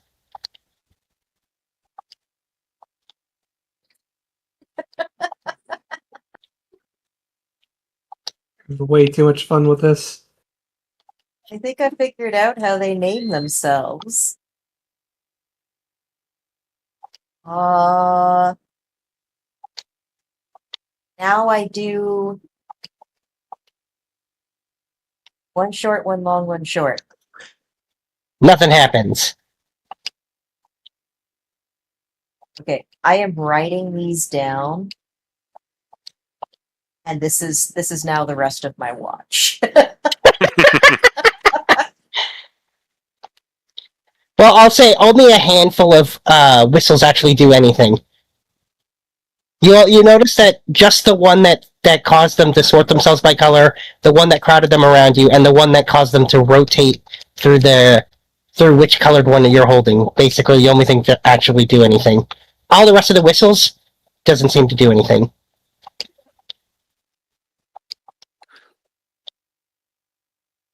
Okay. Not even if you point? I will say, if you do try pointing, the one that crowds them around you they'll move to wherever you point when you do that. Ooh.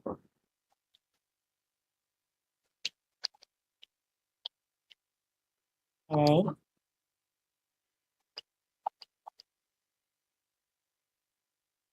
Well, when third watch comes around, Yep. I am going to show them my progress. And then whistle and point. They move around. They crowd around Sif, but as soon as you try to walk away, they cluster back around you. Oh,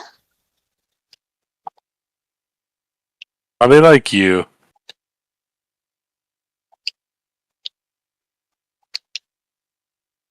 I mean, I like them too. Just wish I could communicate more with them. Be careful what you wish for. Wish I could communicate with you more too. Supposed to be on this watch. Isn't he asleep? I don't know, maybe Yeah. he growls at things in his sleep. He probably does. I just PTSD pictured this. is bad. The PTSD is bad here. Like, I just picture him having a nightmare and him just muttering under his sleep, like angrily, "Be careful what you wish for! Be careful what you wish for! I'll kill that fish! Be careful what you wish for!" exactly, DM. I'll get that fish. I'll get you next time.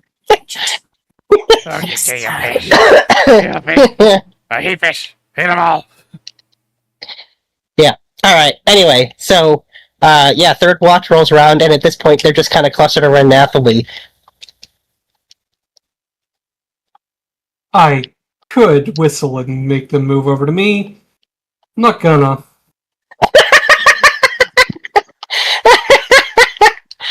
Of course not, why would you do that? Nope.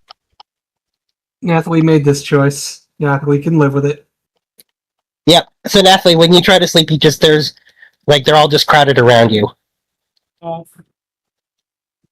okay with that. They're just plants. Creepily staring at you. Oh, not vaguely, just completely staring at her. Oh, I said creepily. Oh, creepily, creepily is a good way to describe it. Uh-huh. Before I go to bed, I try one more thing as I'm laying there trying to find a comfortable spot. Susie. She'll, like, a part of her will ooze out of your boot slightly. I think there's a way that you could, like, telepathically communicate with these things. And she says, there's nothing to communicate. She says there's no intelligence in their minds. Are you able to give them commands? And she says, I don't know. And you can see her, like, she's quiet for a moment, and she says, no, there's no mind to command. She says, I don't understand how they, how they're alive.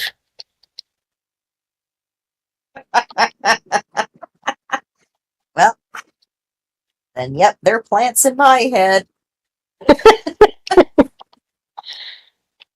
Nathalie reaffirms to herself, yeah, that's a plant. She knows a plant when she sees one.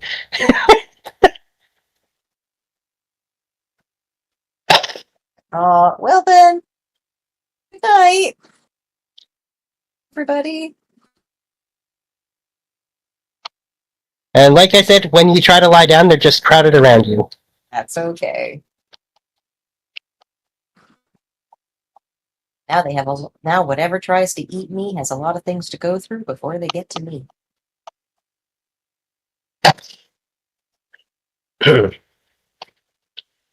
They love you, and you're already trying to sacrifice them for your own good. Are you sure we're the good guys? Positive. Love anything. They can't experience things. They have no brain capacity. I'm just a shiny, warm rock to a snake.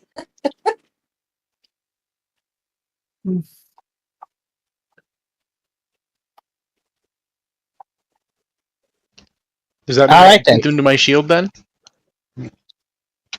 I'm not sure if no. they have enough blood.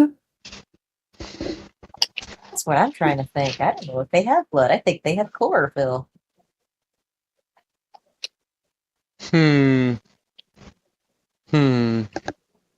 Hard to say with this. Fun conversation right before bed. Good night, everybody. Yep.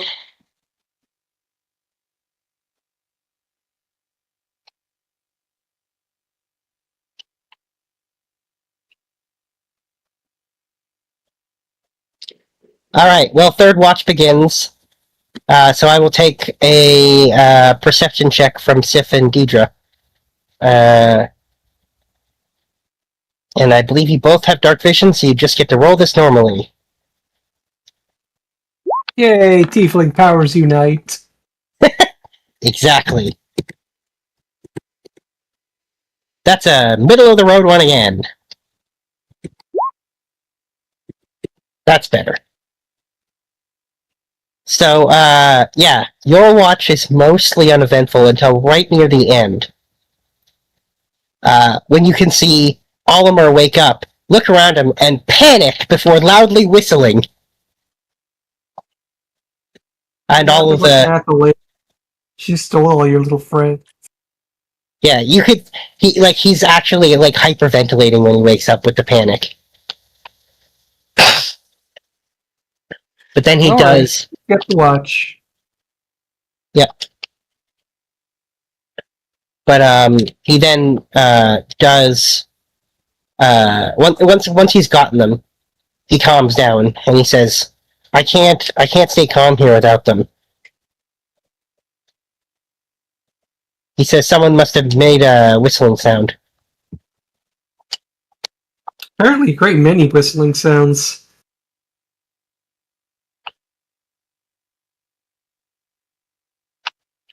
And he says, it's okay. They're still here.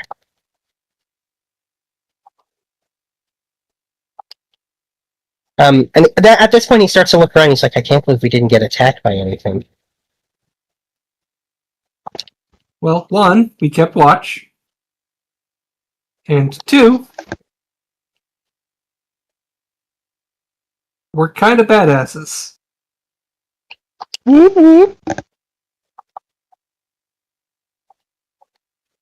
And he says, well, you did say you like to... I can't actually remember what you said about the violence. We're very good at violence. Yeah, senseless violence, that's what it was. So when he's still thinking about that,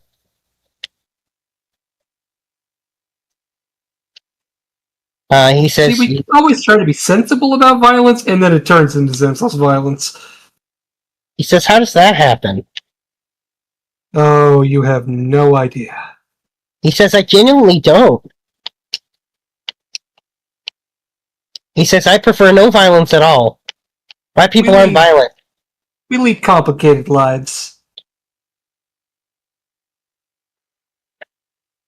He says, I just want to, live my life normally. Go home. He says, wherever that is.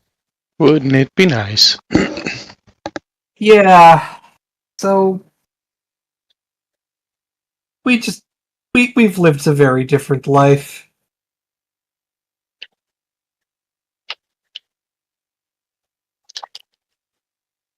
He says, well, it seems like you've killed a lot of stuff. Some of it on purpose. He seems really afraid when you say that. We didn't just go around slaughtering people. Stop saying it like that. Yeah, when you specifically see him like scoot away from you when you say sometimes on purpose.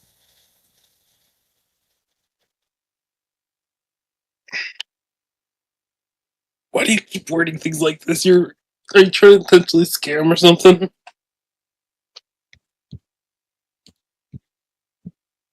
You can It's please kind of stop. fun to watch him squirm a little bit. Well, we need him to not pass out, and you're that's scaring him is going to make him pass out.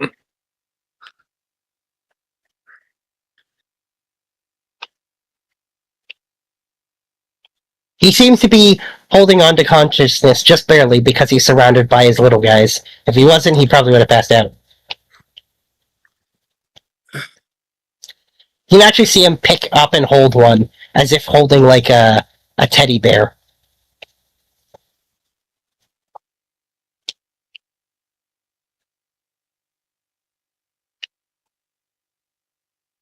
And I'm he sorry. said- He says he's been here for a couple of weeks?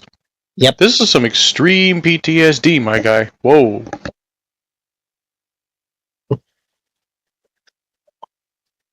I think he's just a naturally scared guy, and it's not helping that some of you keep saying insane shit around him.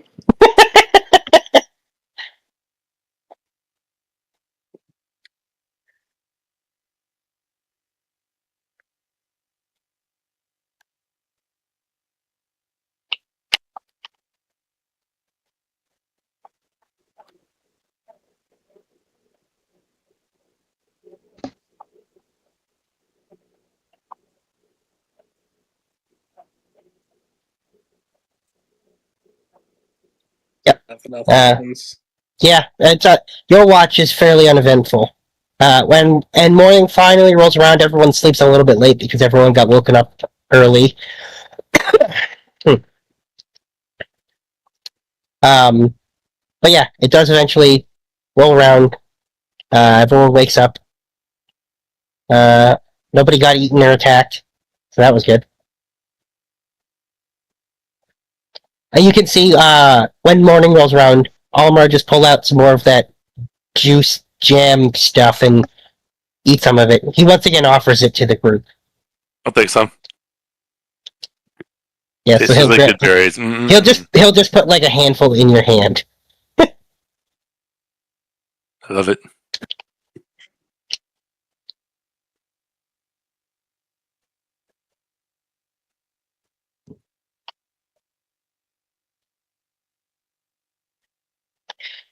What other rest do you eat for breakfast? I don't normally ask, but I should ask more, seeing as you guys have a fair bit of food. A piece of meat. What's our spam Or- supply at? I don't know. What do we have in the cart again? Let's see. For one thing, you've got a lot of spam. Somebody bought a ton of it. Spam and eggs. Eggs and spam. Spam and spam and also maybe some eggs. Spam, spam and eggs. A spam and egg sandwich, but instead of using bread, it's just spam, egg, and then more spam on top. We have to have more than that, right? You do. Yeah, we also have hash browns. Yeah, you actually have a lot of stuff. You have dried meats, fruits and vegetables. I'm thinking I've got that cinnamon raisin journey bread. So I'm going to take some of that and I'm going to scramble up some eggs and some bacon fat and dip the bread in that and then fry that on the coals. I'm getting fancy. Yeah, wow. Yeah. And then just fry up some sausage. You got lots of meat. Like You do. Do we ever get flour of any kind? Yeah, you have flour. Natalie specifically got you like flour, potatoes, rice, pasta. Okay. She thought ahead and got grains.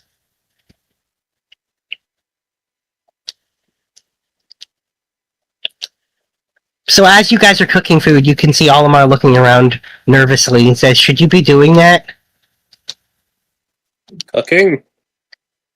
He You're says, the guide. You tell us. He says, "I don't know. I've never cooked anything here. I just eat this." He holds up one of his jars of his stuff. And it's good stuff.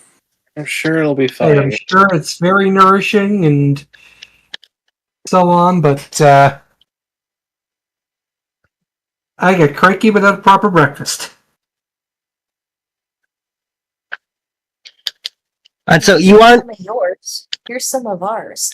And I'm going to take one of the pieces of bread and I'm going to put cinnamon brown sugar and on one side, and then I'm gonna hand it to you. And he sniffs and he says, "Is there any meat in this?" Meat? I mean, we have vegetarian options. That's how we feed Grandpa. Yeah.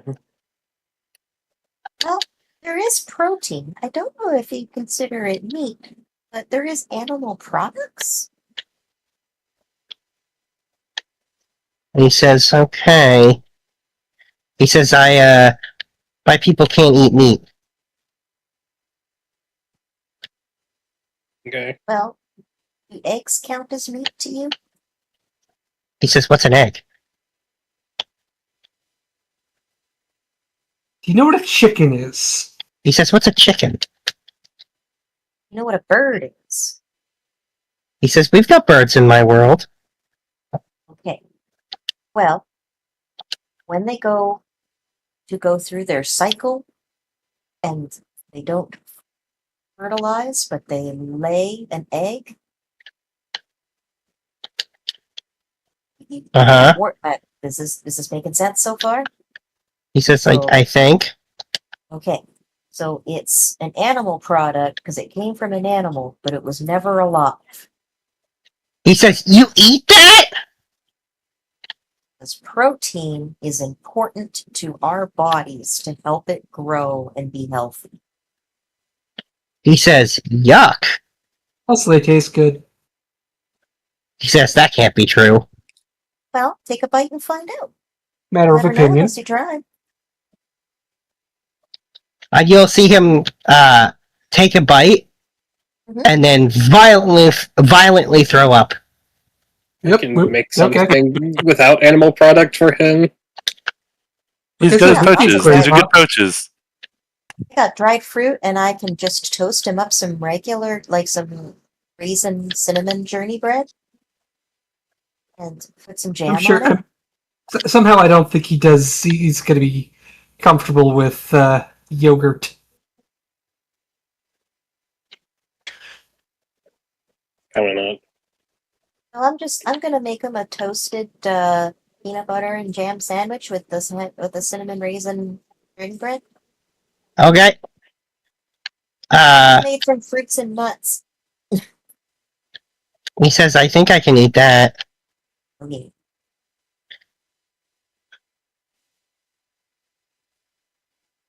Which he does try to eat and violently throws it up anyway. Oh no. Damn it.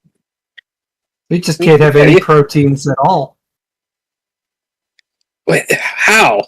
Plants have proteins. I don't know. Maybe it's the processed food that's giving him trouble. Such. Looks like it's straight spaceman goo for you. Yeah. I mean, I got some dried fruit, like some dried apricots and banana chips and stuff. He says, "Okay," which he tries and violently throws up. Oh, come Okay, on! so he just can't eat anything we eat.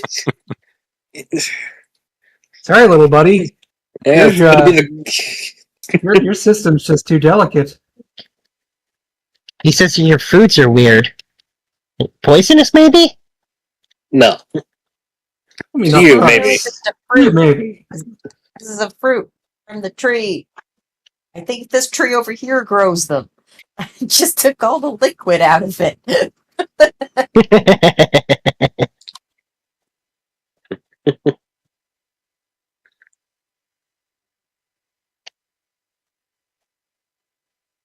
That's it. Here's some breakfast.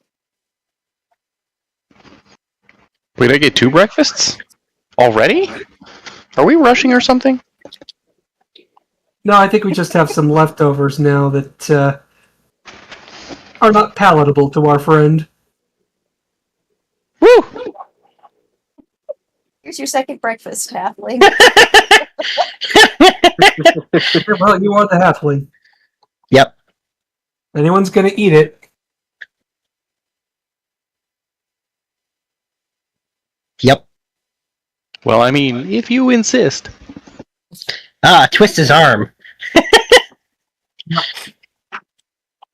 Alright. No, So but now okay. we can't even feign that.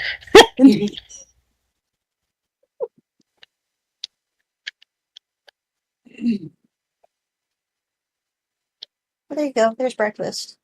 Of course, coffee for the owl.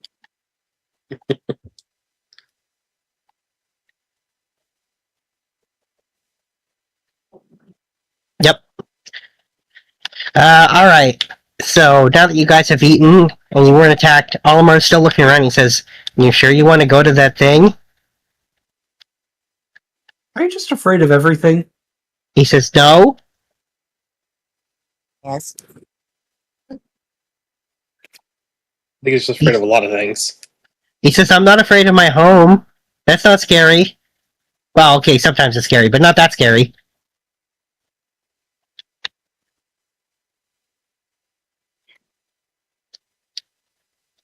He says, "At least I think." And he says, now that I think about it, I can't actually remember what my home is like. Is that weird? Yeah, it's probably not weird. You know why you can't remember. He says,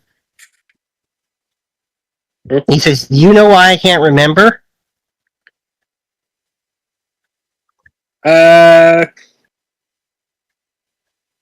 Not quite what I said, but it's fine. Don't worry about it. He'll come back to you eventually, maybe. He says it will? I don't know. Sometimes it does for people, sometimes it doesn't. It just takes time. Hmm. I mean, we'd offer you something that might help with your memory, but considering how you react to just the food we eat. Yeah, let's not risk that. We do know of some safe Probably places, not the though. safest thing, yeah.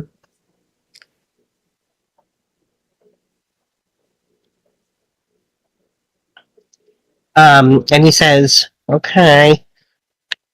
And, yeah. He says we should keep going.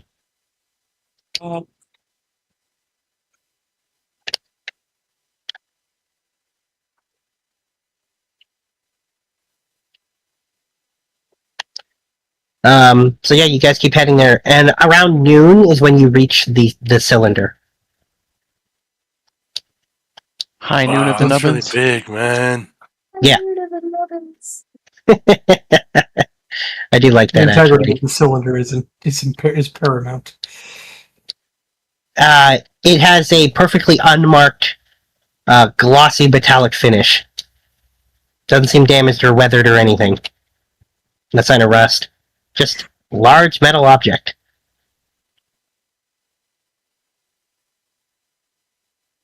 Are there any markings? Yeah, there's writing, not that you guys can understand or read it.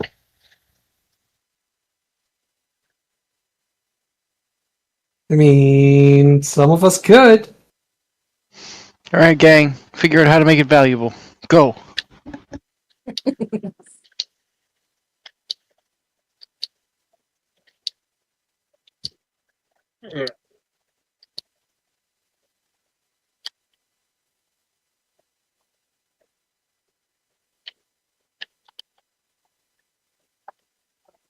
Wizards. What do you Smart expect us to do?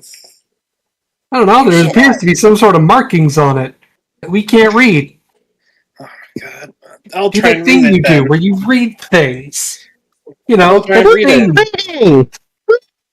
We is it read? Is it because in another language, or is it just markings you don't understand? Yeah, it's markings you don't understand. There's only so Isn't much I that can the do. same thing? Yeah, I'm gonna say that. I'm gonna say you can tell that it's based on that. It's whatever it is. It's like a name, which is why there's no understanding what it is. It's just No idea what is this.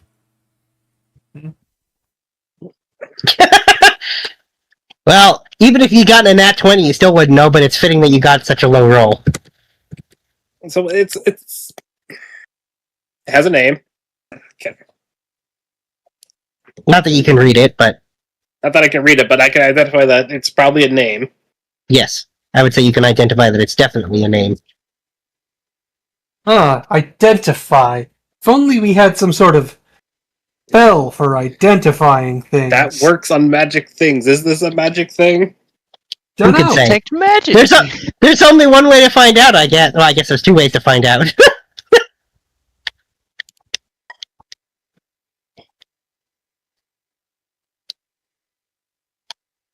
Let's just. What do you want to start with?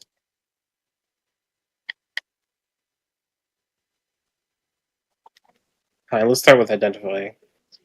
All right. You use identify, and sure enough, this is not a magical object. Well, we've There is learned an that object. Have any symbols on it? Nothing beyond the name. So whatever it's for, its purpose is a mystery. So Really? no, like, Not even a plus or a minus? yeah, I was about to say. Oh yeah, I guess it would. I guess it would have that. Yeah. Cross and like a single line. Yeah, I guess that's fair. That's fair. It would have that.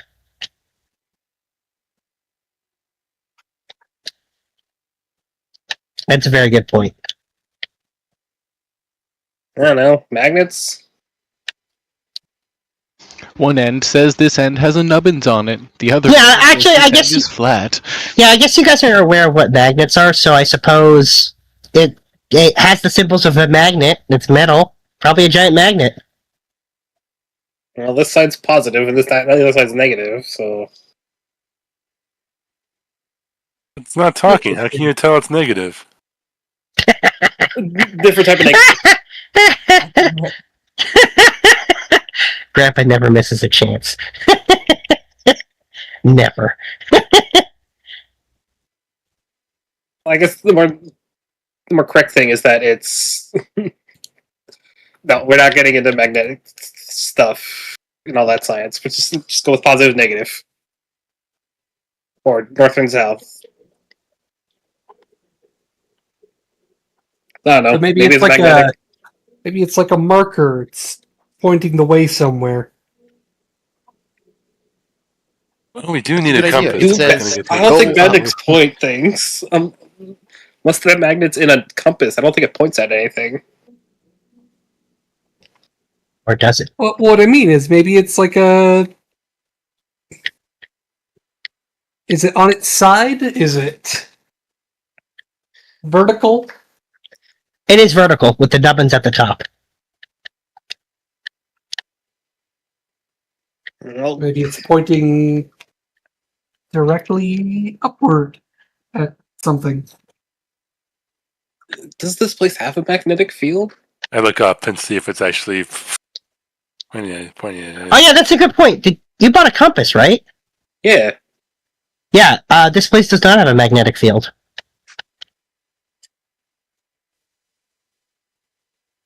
Huh. Like this plane, or is... I'm gonna say it's spinning around wildly, so probably something interfering with it. Uh-oh. Maybe this giant magnet. Then it would be pointing at the magnet, wouldn't it?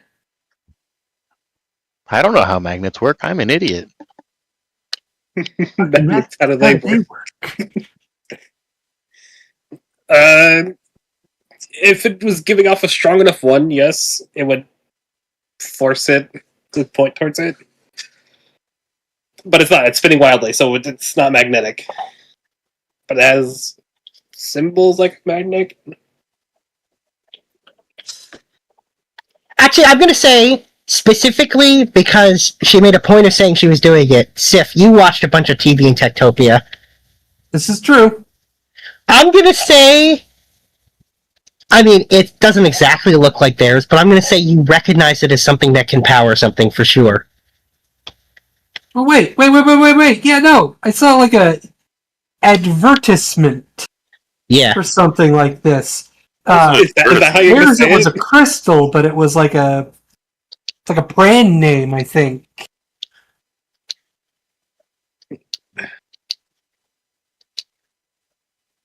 So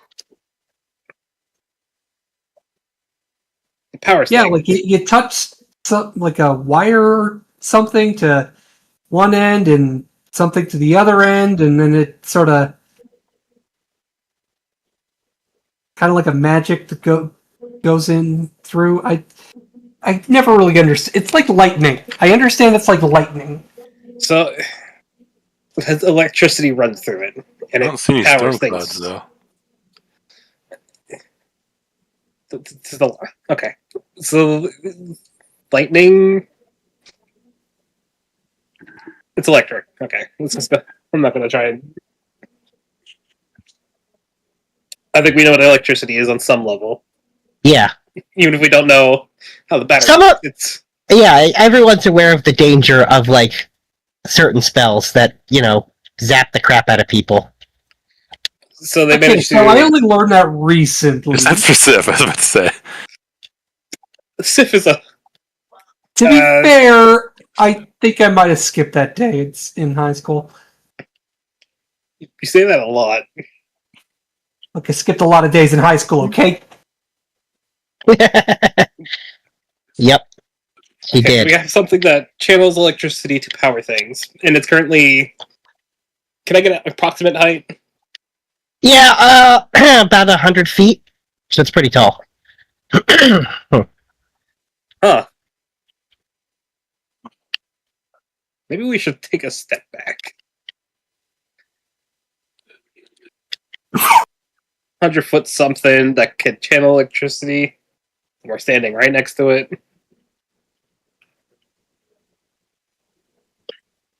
How safe is I'm that? sure it'll be fine. We don't have any of those magical lightning hoses. Magical lightning hose. I mean, it's kind of what it made it look like in the commercial. There's a lot of sparks and. It was a commercial, right? It was trying to advertise to get you to buy something. So it's probably. Yeah, well, they don't sell us those crystals, so. Probably over exaggerated a little bit, but it. You think they would do that? Lie on television? Merchants There's no lie way they would do that. That sounds so mean.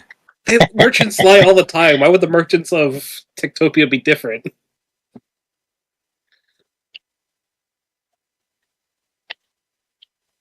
Because their society's perfect. They have the internet. Do they have the internet though? I'm gonna say you guys that you don't know about because you guys never went to a computer at any point. Oh, we had TV. That was about it. Yeah. You know, I watched a lot of TV, and that's about it. So much TV.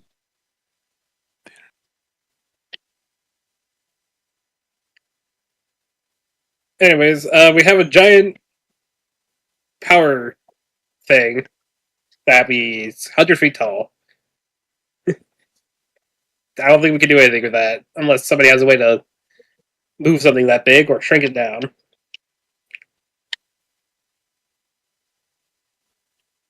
Hey, can't those little guys carry it? They're strong. I mean, it's 100 feet of metal, right? Yeah, so each one only has to carry like 1 foot worth of metal. There's 100 of the little guys. More than 100, Plenty more. actually. A little more than 100. there does seem to be a growing number of them. Which, again, concerning. I don't know. What is our new tag along thing about this. He says, "It never occurred to me to ask them to carry stuff. I don't. Can you even do that?" He says, You try? He says, "I'm starting to think they're kind of dumb." I mean, they listen to you Well- whistle, because you could do whistle and, like, point at it, maybe? He says, "Maybe."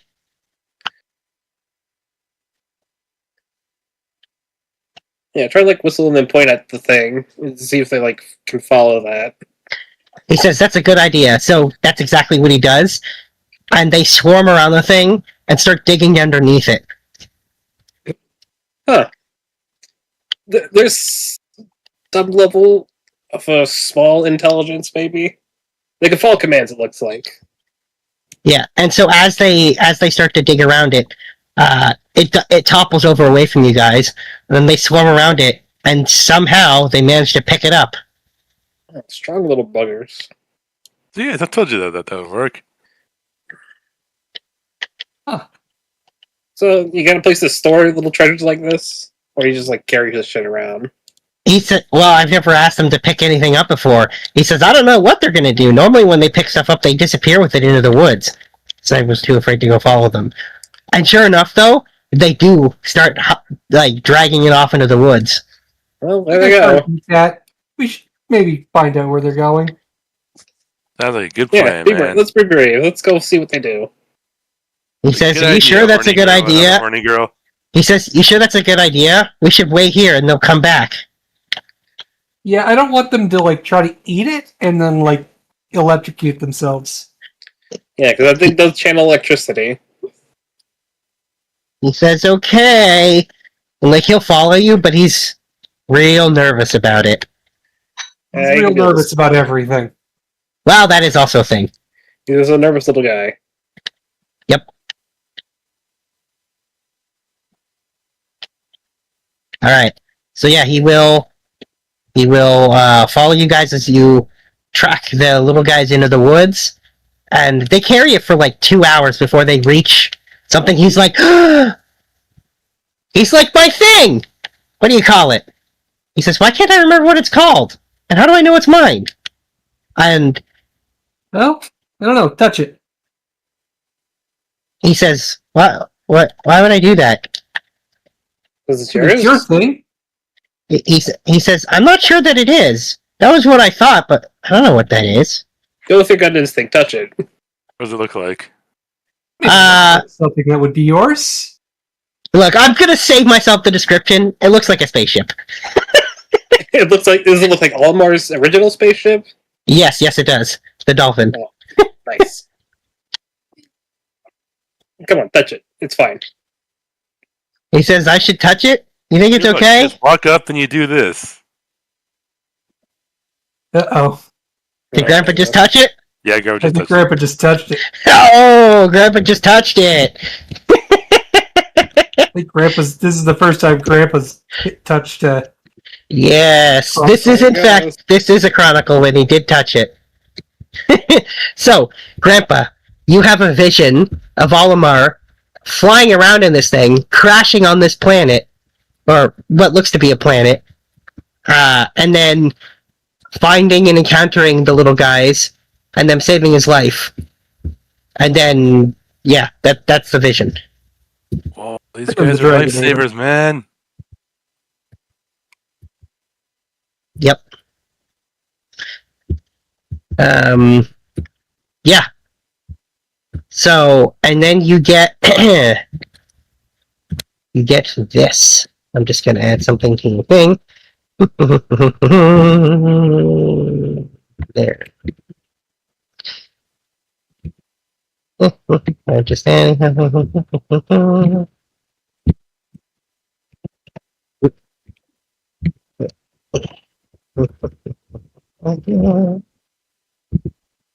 Get the feeling this particular expanse is just for the DM's amusement. What? This whole game is for my music. I mean, yes.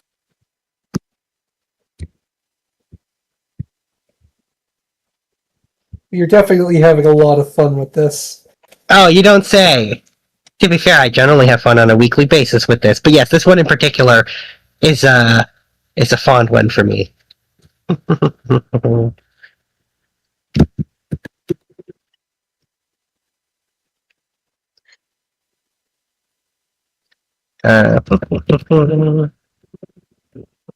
Just give me a sec.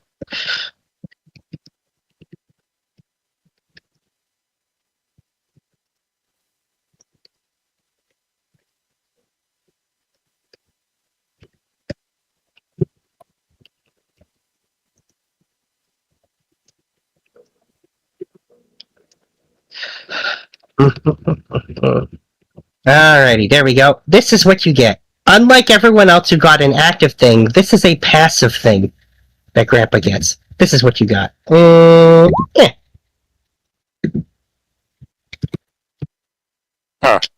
Damn, that's pretty good. Do I actually get a third eye? No, you just... Yeah. Grandpa can now crit on a 19 or a 20 instead of just a 20. Hey, where did that get posted? Right in Roll20 itself. Yeah. I don't see it. What? You don't see it in the... Ah, there it is. Mind's Eye. Yep, that's the one. See, you should totally touch it. You get to see them saving your life, man. It's really cool. And like he's looking at it and he's like, I'm not convinced. But he will against his better judgment. About Grandpa.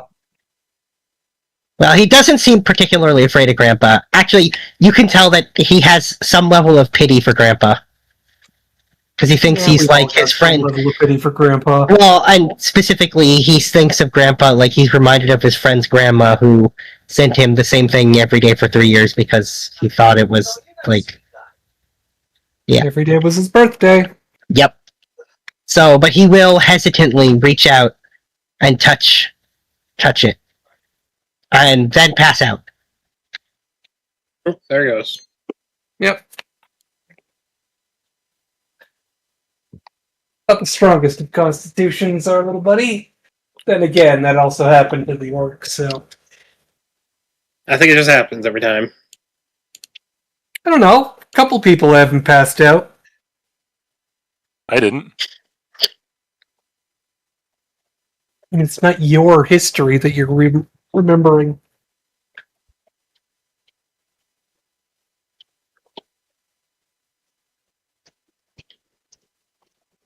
Imagine there was actually one for Grandpa.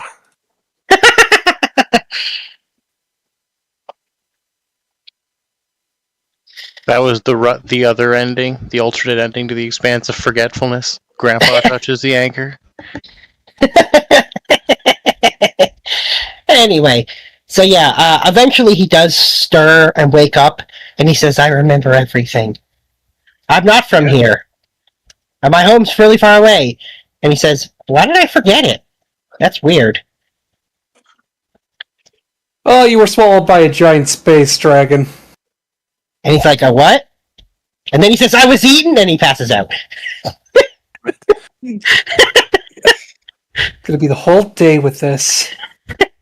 Yeah, because they keep dropping insane shit on him when we already know he's not very brave. You gotta be more gentle with it.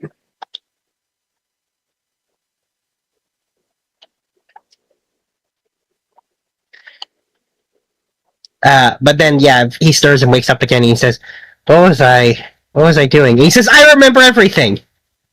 How did I forget?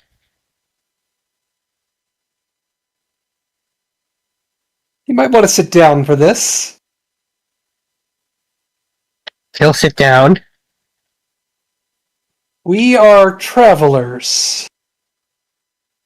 Come to find the secrets of a place that is many and also fragments of others. He goes, huh? We're And he says, interdimensional travelers in the same way that you are a traveler of the stars. he says, huh? And he says, you know what? That's fine. You're weirdos from a different place. I gathered that much. Yep. You should be aware, the place you are now is a fragment of the world you landed on. He says, huh? Not everything remains after it's He says, what does that mean? incorporated into this place. Okay, but what does that mean?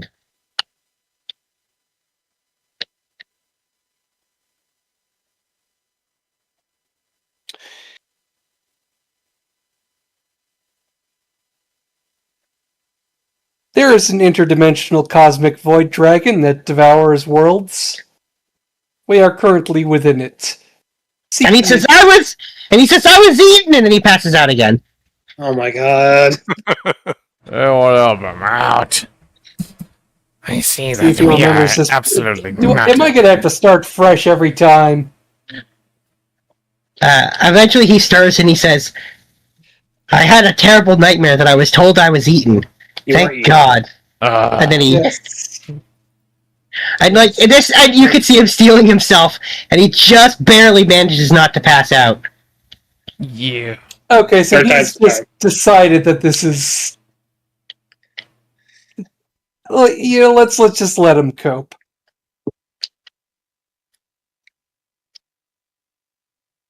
And somehow he doesn't pass out this time.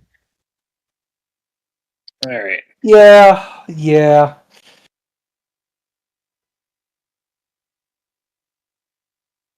So your thing, does it let you leave? He says, "Yeah." He says, or it would, but it's broken. Okay, why is it broken? He says, "'Cause I crashed."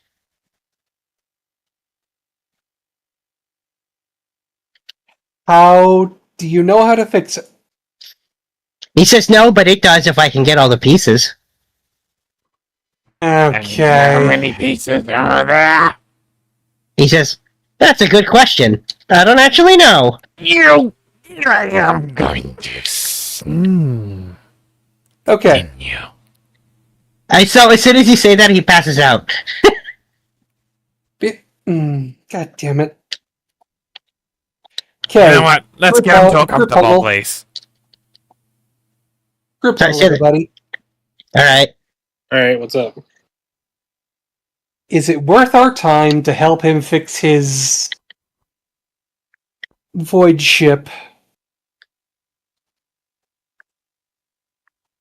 So,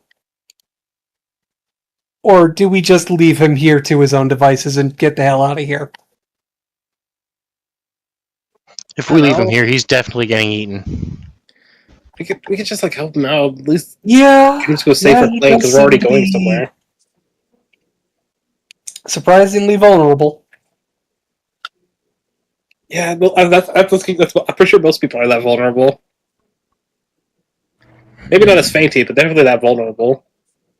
You could probably be used as a valuable ally later. That is my suggestion.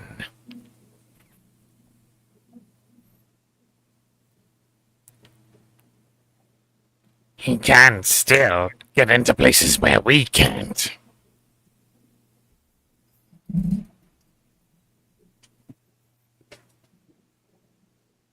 Yes? No?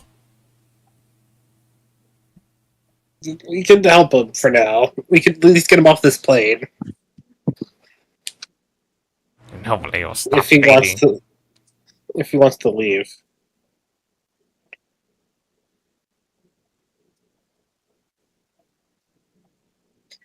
So at this point, he stirs and he wakes up and he says,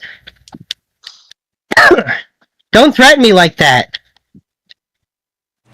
Oh, it's not a threat.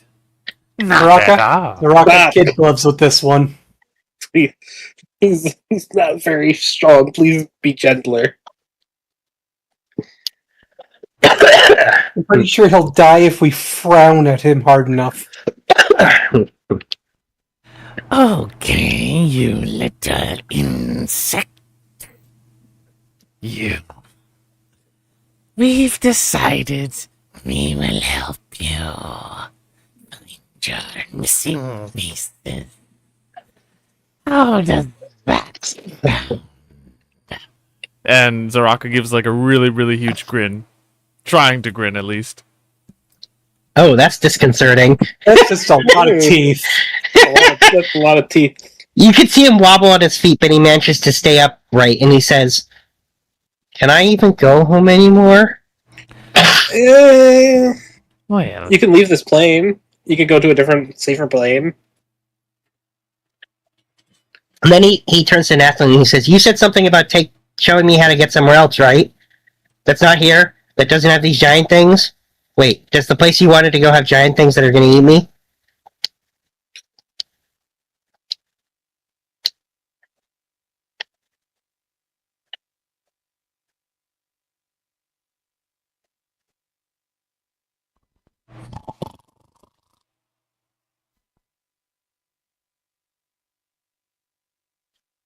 Hello? You know? It's me.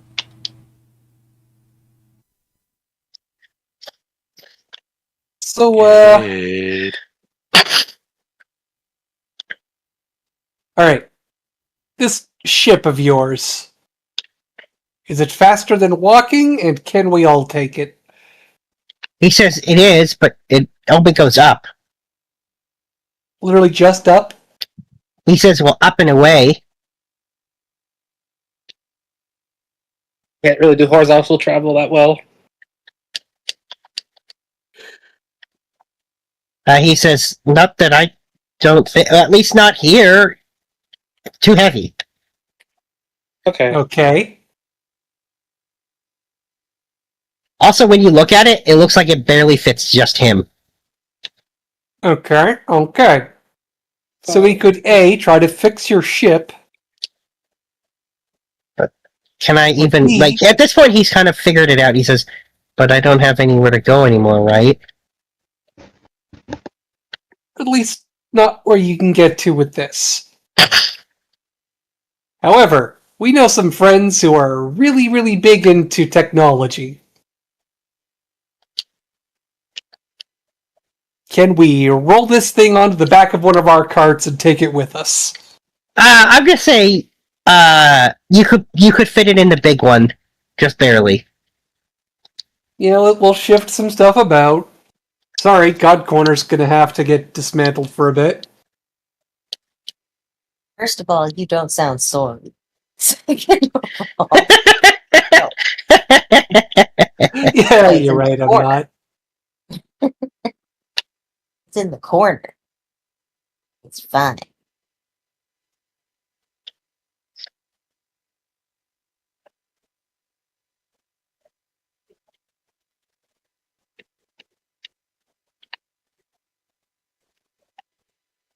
Not dismantling the God Corner. Natalie's protective of the God Corner. So, I think we just get him off this plane and go to, like, I don't know, Joy or something. Not sure if you would enjoy Joy. He says, as long as there's no one trying to eat me, it's better than here. You know what? Joy is probably your best bet then. Yeah.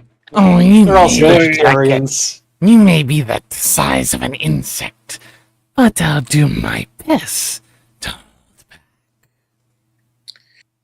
Paul? Not my name. You can see him. Yeah, he's once again wobbly on his feet from being threatened. At this point, he is completely terrified of Zaraka. I mean... Oh, I'm just teasing. For my mere entertainment. You'll be fine. For now. Okay. Alright. We'll get you to Joy. It's a place of very tall doctors, mostly. And their patients. They're really good, man. And he says, doctors? Yeah. He says, good, doctors don't eat people. I've met witch doctors that have. And then there's Dr. Acula. Yeah, and the second you say that you've met witch doctors, he does pass out. God damn it. Jeez. And they call me the sensitive one.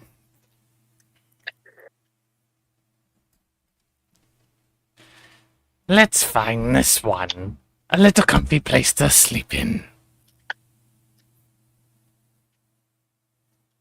We're gonna wait a moment. We're gonna wait for we get up, and then we're gonna Now, just go. Zaraka just, like, picks him up and just wraps him around a leaf. What? What? Huh? Where'd you get a leaf? We are all the size of bugs. Oh, we are? Yes. Oh, sorry, my bad. Yeah. Think that we're in the world of Honey, I Shrunk the Kids. Oh. We're in the backyard right now. We're more in the pick. Yeah. In a bit of a. This has been very telling to me on who has and hasn't played Pikmin. No. Oh, I have played Pikmin. I have the game. Why do you think I knew how to follow the Pikmin? Yeah. Just I didn't know that we were his size. Yes, we're all very tiny compared to the environment around us. Yeah. Very Pikmin. Just put it back on the Rounded. thorax.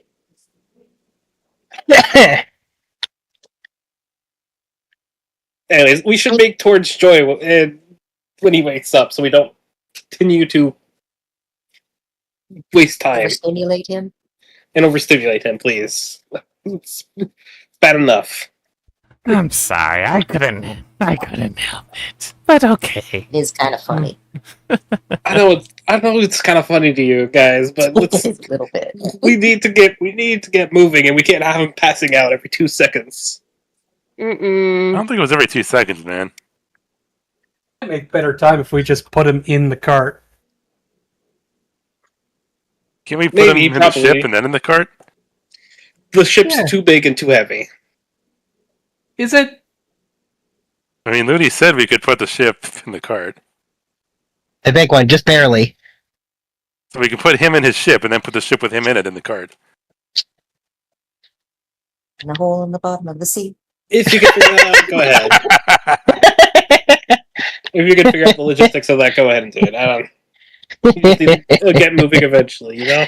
Alright. Well, it sounds like you guys have a plan. So you cram him into his ship, you cram the ship into the wagon, and you guys head back the way you came towards Joy. Well, whistling. Oh yeah, well if you whistle, the little guys follow you. Yeah. Definitely do more experiments with them. Yeah, we're working on the battle command and on you go there. You go there. Not everybody go there. They kinda don't do that. It's an all or nothing with these guys. Yeah. The only way to get them to go there by themselves is to throw them individually when they leap into your arms. Do they land okay? Are they like Yeah. Yeah, it seems like when you throw, they always land on their feet. They do a little. They like put. Yeah, and they kind of. And when you do, they also like. When they land on their feet, they put their arms out, like ta-da. I can work with this.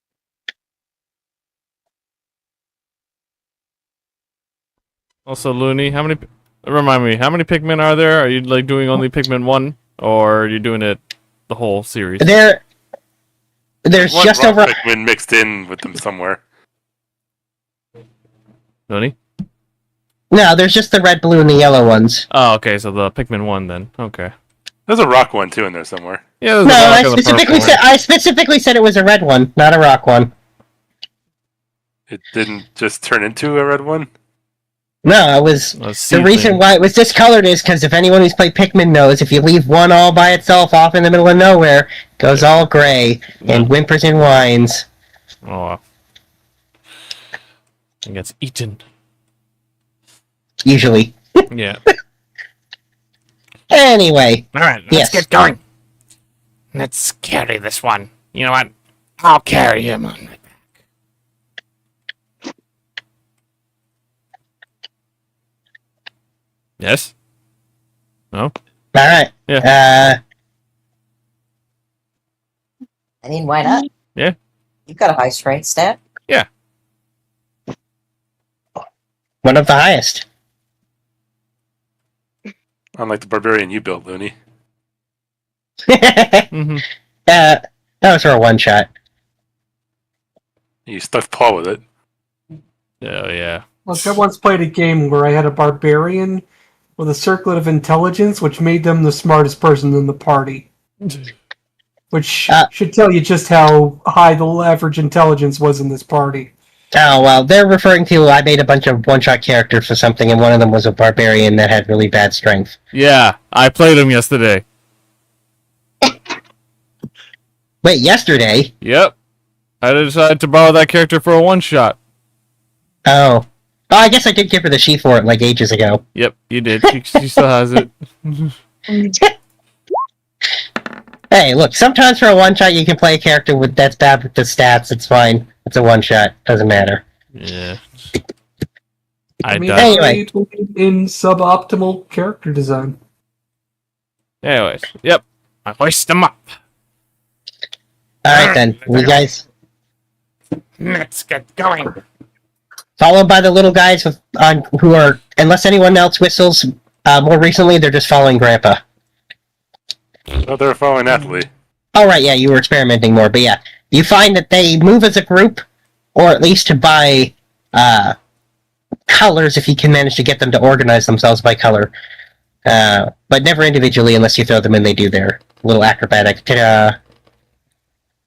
Oh. I don't know, guys. They're really dumb, but they're kind of fun. I mean, that's why we keep Russet around. Harsh! Well, at least you keep me. We're always going to keep you, sweet potato.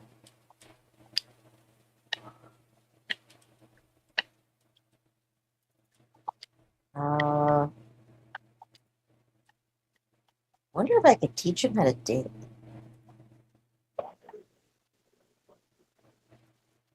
You like have him grow like arm language.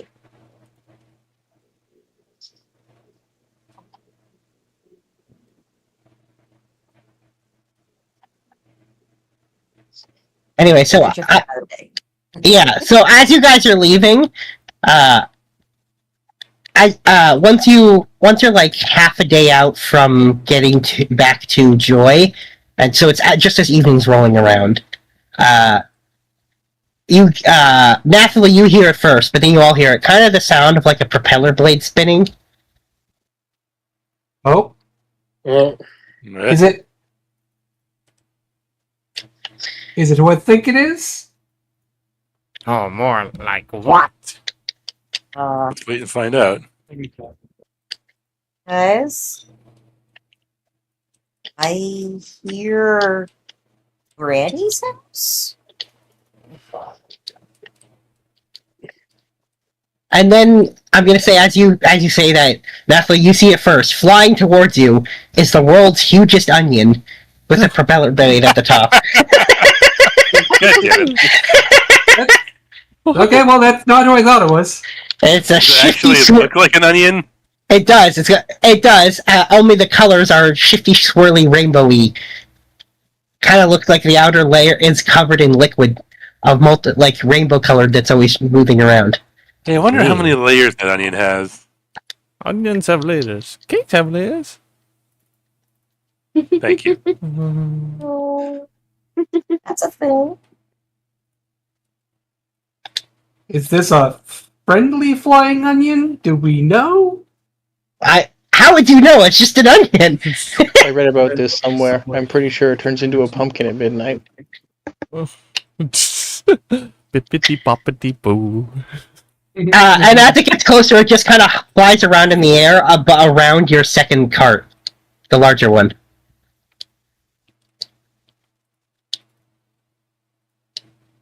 Whoa, that thing is trippy. Look at all the colors, man. It makes a grown It makes a grown lizard folk like me almost want to cry. But not this lizard folk. Get back in here, dear. Yeah, you got Caesar Walker have like a tiniest tear try to come out and him like be like no and pull it back in.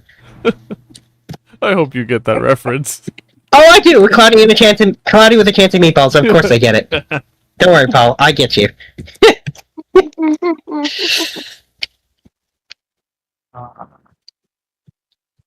So yeah, it's just kind of floating, hovering around the larger wagon. Does anybody speak onion? Can we wave at it?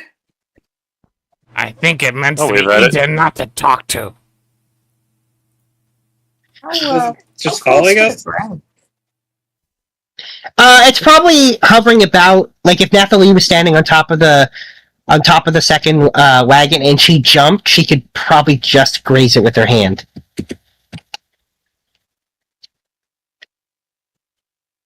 I don't want Well- to jump on this onion, you guys.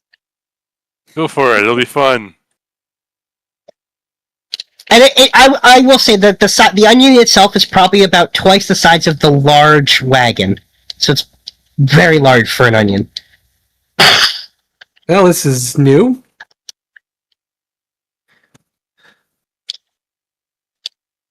Is this just a thing that happens normally here, or Well, Olimar is still unconscious, so who can say? I feel like this is a question for the wizard.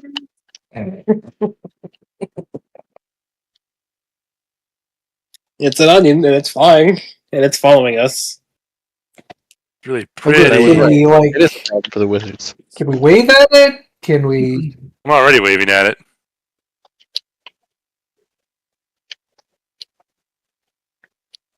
All right. I know we got little Somebody's vegetable gonna- guys. Maybe it's connected. It's been a really long time since I've done something stupid, you guys. Can I do something stupid? Nathalie's got a pair of pittons in each hand.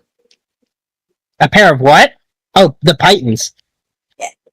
Please. Why? Don't Try not to harm the prismatic onion. Yeah, It's so pretty. I don't want it to turn hostile or anything. Just I'm sure it could be a little peaceful. Mr. Onion, can I climb on you?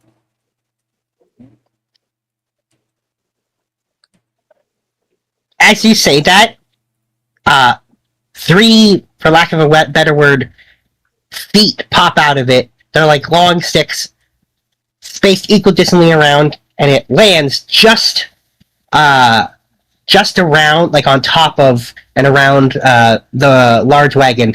And when it lowers itself down, it is just above your head height, Nathalie. In fact, you kind of have to crouch. Nope. Oh, I guess you are still moving. Yeah.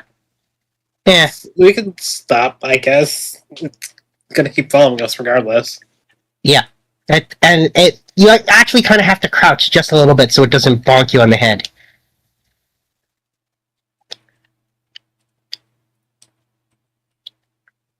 I think it wants this just as much as I do, guys. Go for it. By all means.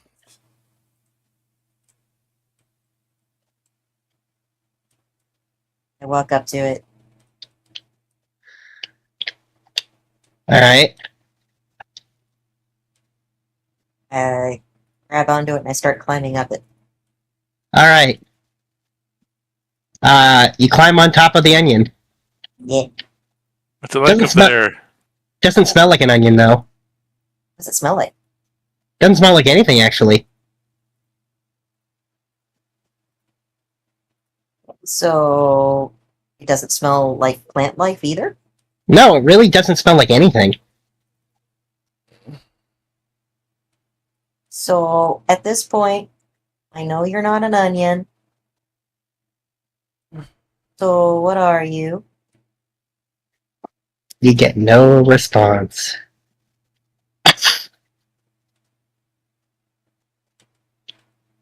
Why did you want me to climb on you? Get no response. If it's not talking back, it's probably not organic.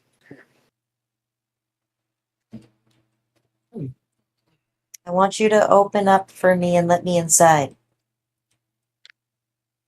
No response. It's the same colors as the little guys, right? Oh, the Zaraka, rainbows are, yeah. Zaraka goes up, carries Olimer, and then puts it near the onion. He gets sucked up into it. Oh my god! Oh, well. Oh, like Hopefully that's okay. It was unexpected. huh? What do you? Why did you do that? I thought it would open up for him, not suck him right in. Here's hoping he's not dead.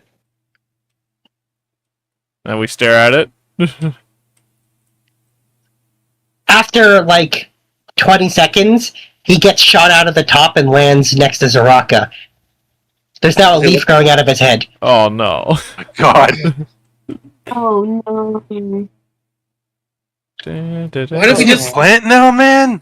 Are you? Why don't we just are you bad okay? end this fucking guy?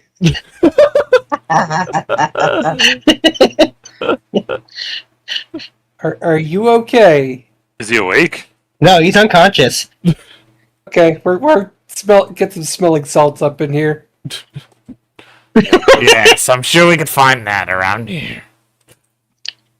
Just slap his cheek a bit. Eventually he does kind of wake up and shake his head. I look around and stare at you guys unblinkingly.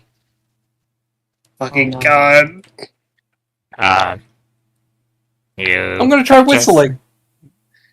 He moves, just like all the little guys, they move over to you, and so does he. Oh. It produces those little things. This is how those things make more of themselves. You've just lobotomized him.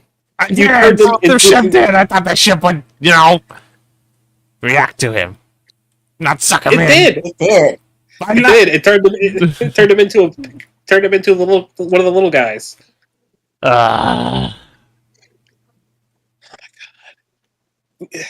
We could probably get the fish turning back, right? No. No. I am not going back there. You don't have to go Well, back that's there. you. Yeah, no, you don't have know. to go to the fish. Zaraka kind of fucked this up. I think Zaraka's got to fix it and talk to a fish. Oh, no. I am Alright. not going anywhere with that Fuck. fish. Unless it's to kill it. Okay. Let's start with the doctors. Maybe they can tell us what's happened. So Is the conclusion, yes, Yeah. What you got? it sucked them up and then it turned them into one of the little guys. So that's Huh? probably just how they reproduce. That's probably just their thing made to make more of themselves. Okay, probably- let's get away from it. And so they probably take when they took that killed thing and just came back with more of them. That's probably what happened. Well, then why didn't the big thing come back with a plant? Why is he still look like himself? I don't know. Maybe it changes. Maybe it's different now how it works on more humanoid things.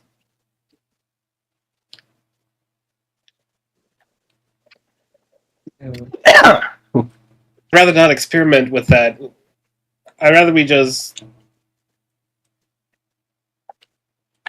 not put any more unconscious or dead bodies underneath it. I mean, if it is our enemies, we could make more. I don't think that's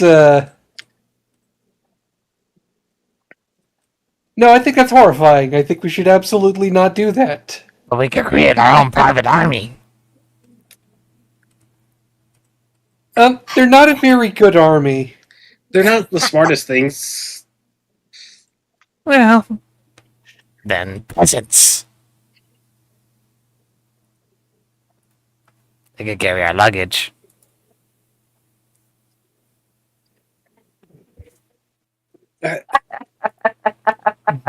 Do they okay? So that onion creates more of them.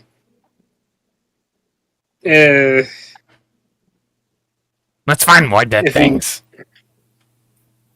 Let's just go to Joy, please, so we can fix this. Yeah. Then see if there's another Nobody- way to get to somewhere else. Because I feel like this place sucks, and I don't want to be here. Do the little guys do anything about the ship?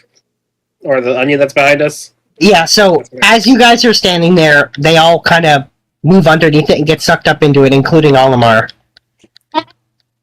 They probably live in it too. I don't know.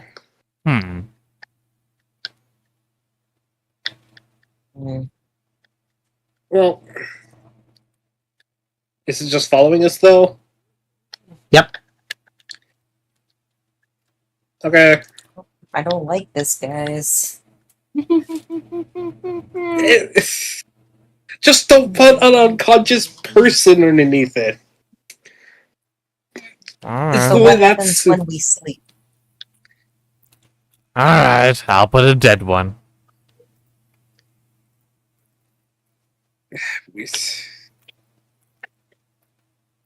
More helpers, the merrier.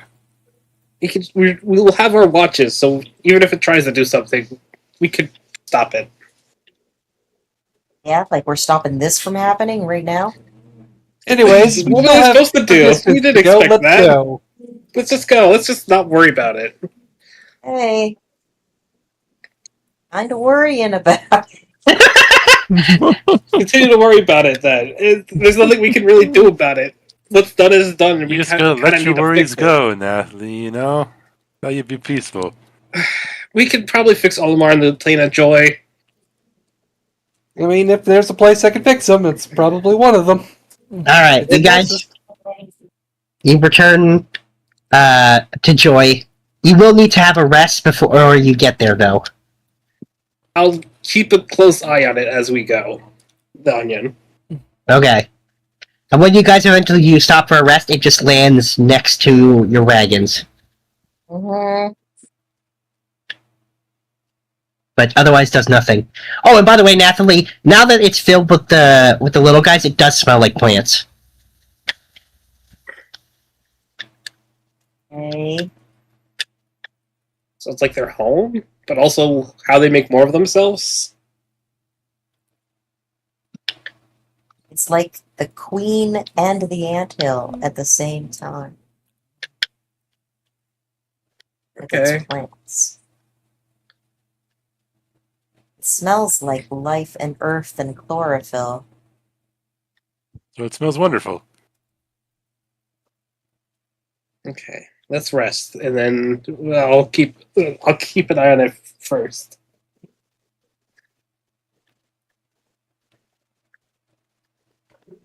Alright. Well, I'm gonna say you guys have an uneventful evening. Well, or as uneventful as it can be with what just happened. God, we really just did it to him, huh? Yep. Zaraka did it. Yeah. Hey, no, the onion did.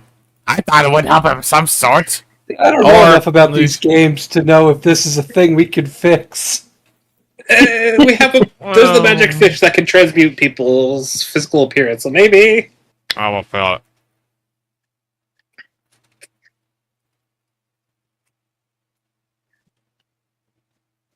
I'm a little scared, you guys, but okay. It's Pikmin. They're not hostile ones they follow. I know that as a metagame thing, but it's like I'm sure it's weird and you don't know anything. Who's talking to the fish? Not I it. have to. I'll do it. I'm the one with comprehend languages. Alright. This time I will not make you roll to go in there, though. You can just go in the water and nothing will happen. You've resisted it enough. I'll go with her just to make sure that, never leave a wizard alone. What do you mean? What does that mean? You're weak and squishy. I'm not smart. You not good at punching stuff. Important to stay together.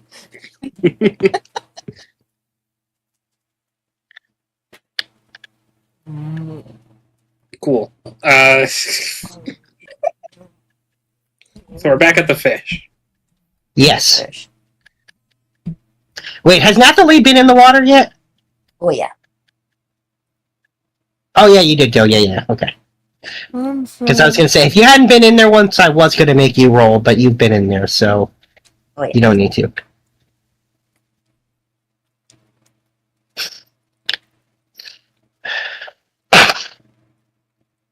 All right.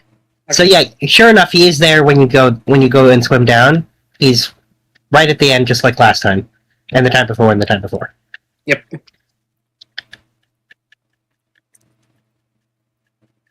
All right. You can alter people's physical forms, right? He says, to a certain degree, I can. Somebody we met got turned into a little this thing. We'll just like have Olimar right there. And he's like, is that not what he's supposed to look like? No, he was like a little gnome type thing. And he says, so you want him to not be this? Yes. I wish. Did we ever get the name of his species? Nope. I wish for him to be what he was before. Yeah, we wish he was what. I wish he was what he was before Getting this. sucked into the onion. Yeah. And he says, all right. And before your eyes, Olimar is turned back. Like the leaf, like he loses the leaf. Is he talking again? Nope. He just stares at you guys with unblinking eyes. Oh no. So he's. You there, buddy? Nothing. Whistles. Someone whistle. Yeah. Whistles. Can't whistle underwater. Whistling underwater. Somehow it works enough and he swims over to you. Oh. He's God. Is he the undoing lobotomy? And he says, I don't think I can. I've changed his form back to what he was supposed to be, I think. Alright, probably. Okay. Can't change his mind back. No, I think the mind is a little bit beyond it. Beyond. Yeah, he says that's not something I can do. Oh no. Okay, thank you. It's. Well, thank you for at least helping us get going, turning him back to normal. The hardest part, at least, I think, maybe. I doubt it. Well, I guess we could just kind of take him to the doctors then. There's nothing else we can do. He's basically been blanked out. Yeah. To figure out what's up with him and these little creatures. He says, I can tell they're alive, but not a lot beyond that. He says, though they lack the intelligence you would expect from something that's actually alive. Like, are they... Yeah, that's kind of the vibe I was getting. He says, he says, I actually think they're parasites. How?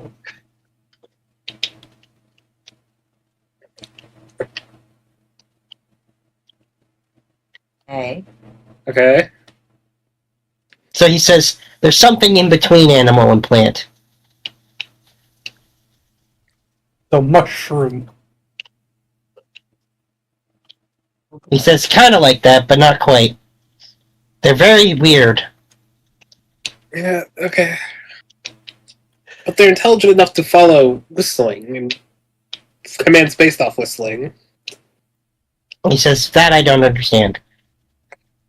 And if you're the one that whistles, they're not hostile to you at all. He says,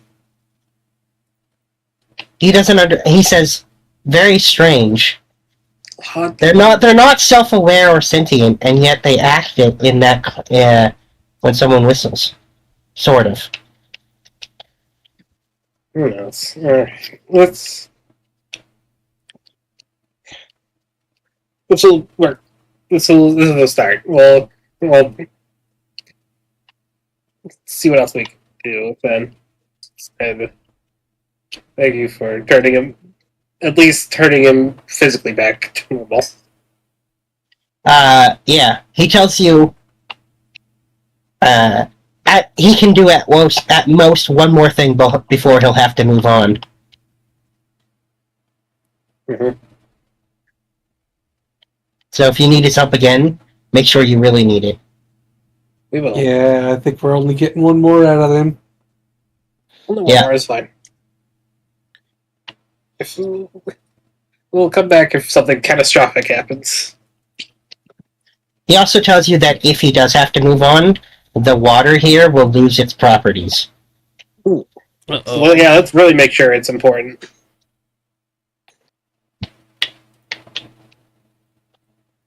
How would he do that? How did he move on? Yeah.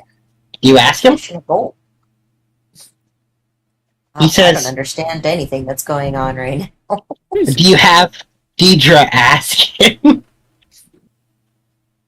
You want me to ask him? Like, you can ask him.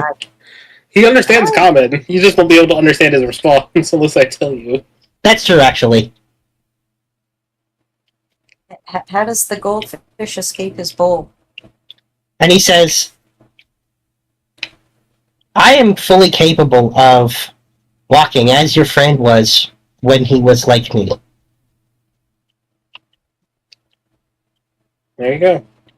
Yeah. And he says, there are ways for me to leave here. Passageways. That wouldn't be safe for anyone else. Oh.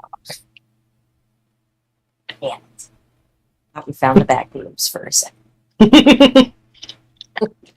He says, you've experienced the intensity of the magic here.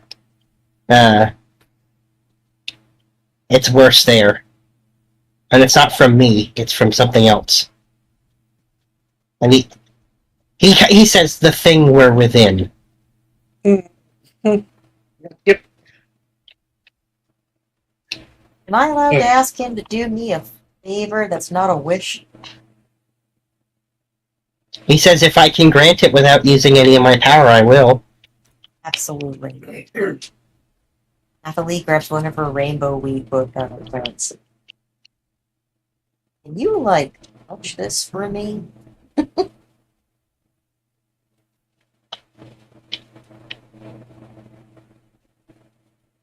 He says, Doesn't touch use it? A wish. Yeah. Doesn't use a wish, right? Nope. He'll reach out and touch it. And sure enough, a new bulb will sprout.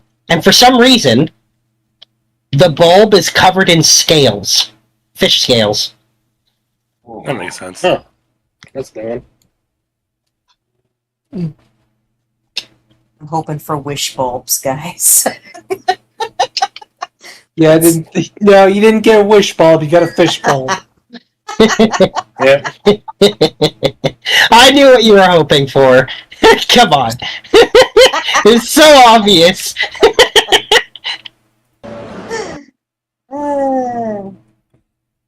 North America. Alright, I got a fish bulb. I'm happy. Cool.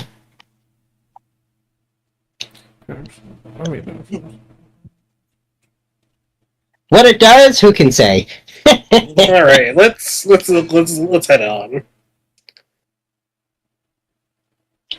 Alright, well, so the decision is up to you at this point. Well, let's ask the doctors if they know any other places connected to this place. Also, let's hope they can help. Is the onion still following us, by the way? Hmm? Is the onion still following us?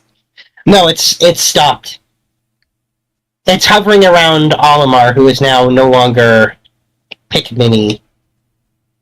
Okay, but the point is, it followed us out of the expanse of the Pikmin. It did. Yes.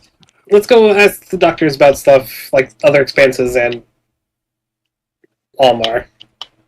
Mm-hmm, mm-hmm. Can we Well, do that after dinner? Yeah, because Oh, it's yeah. time for dinner. Fine.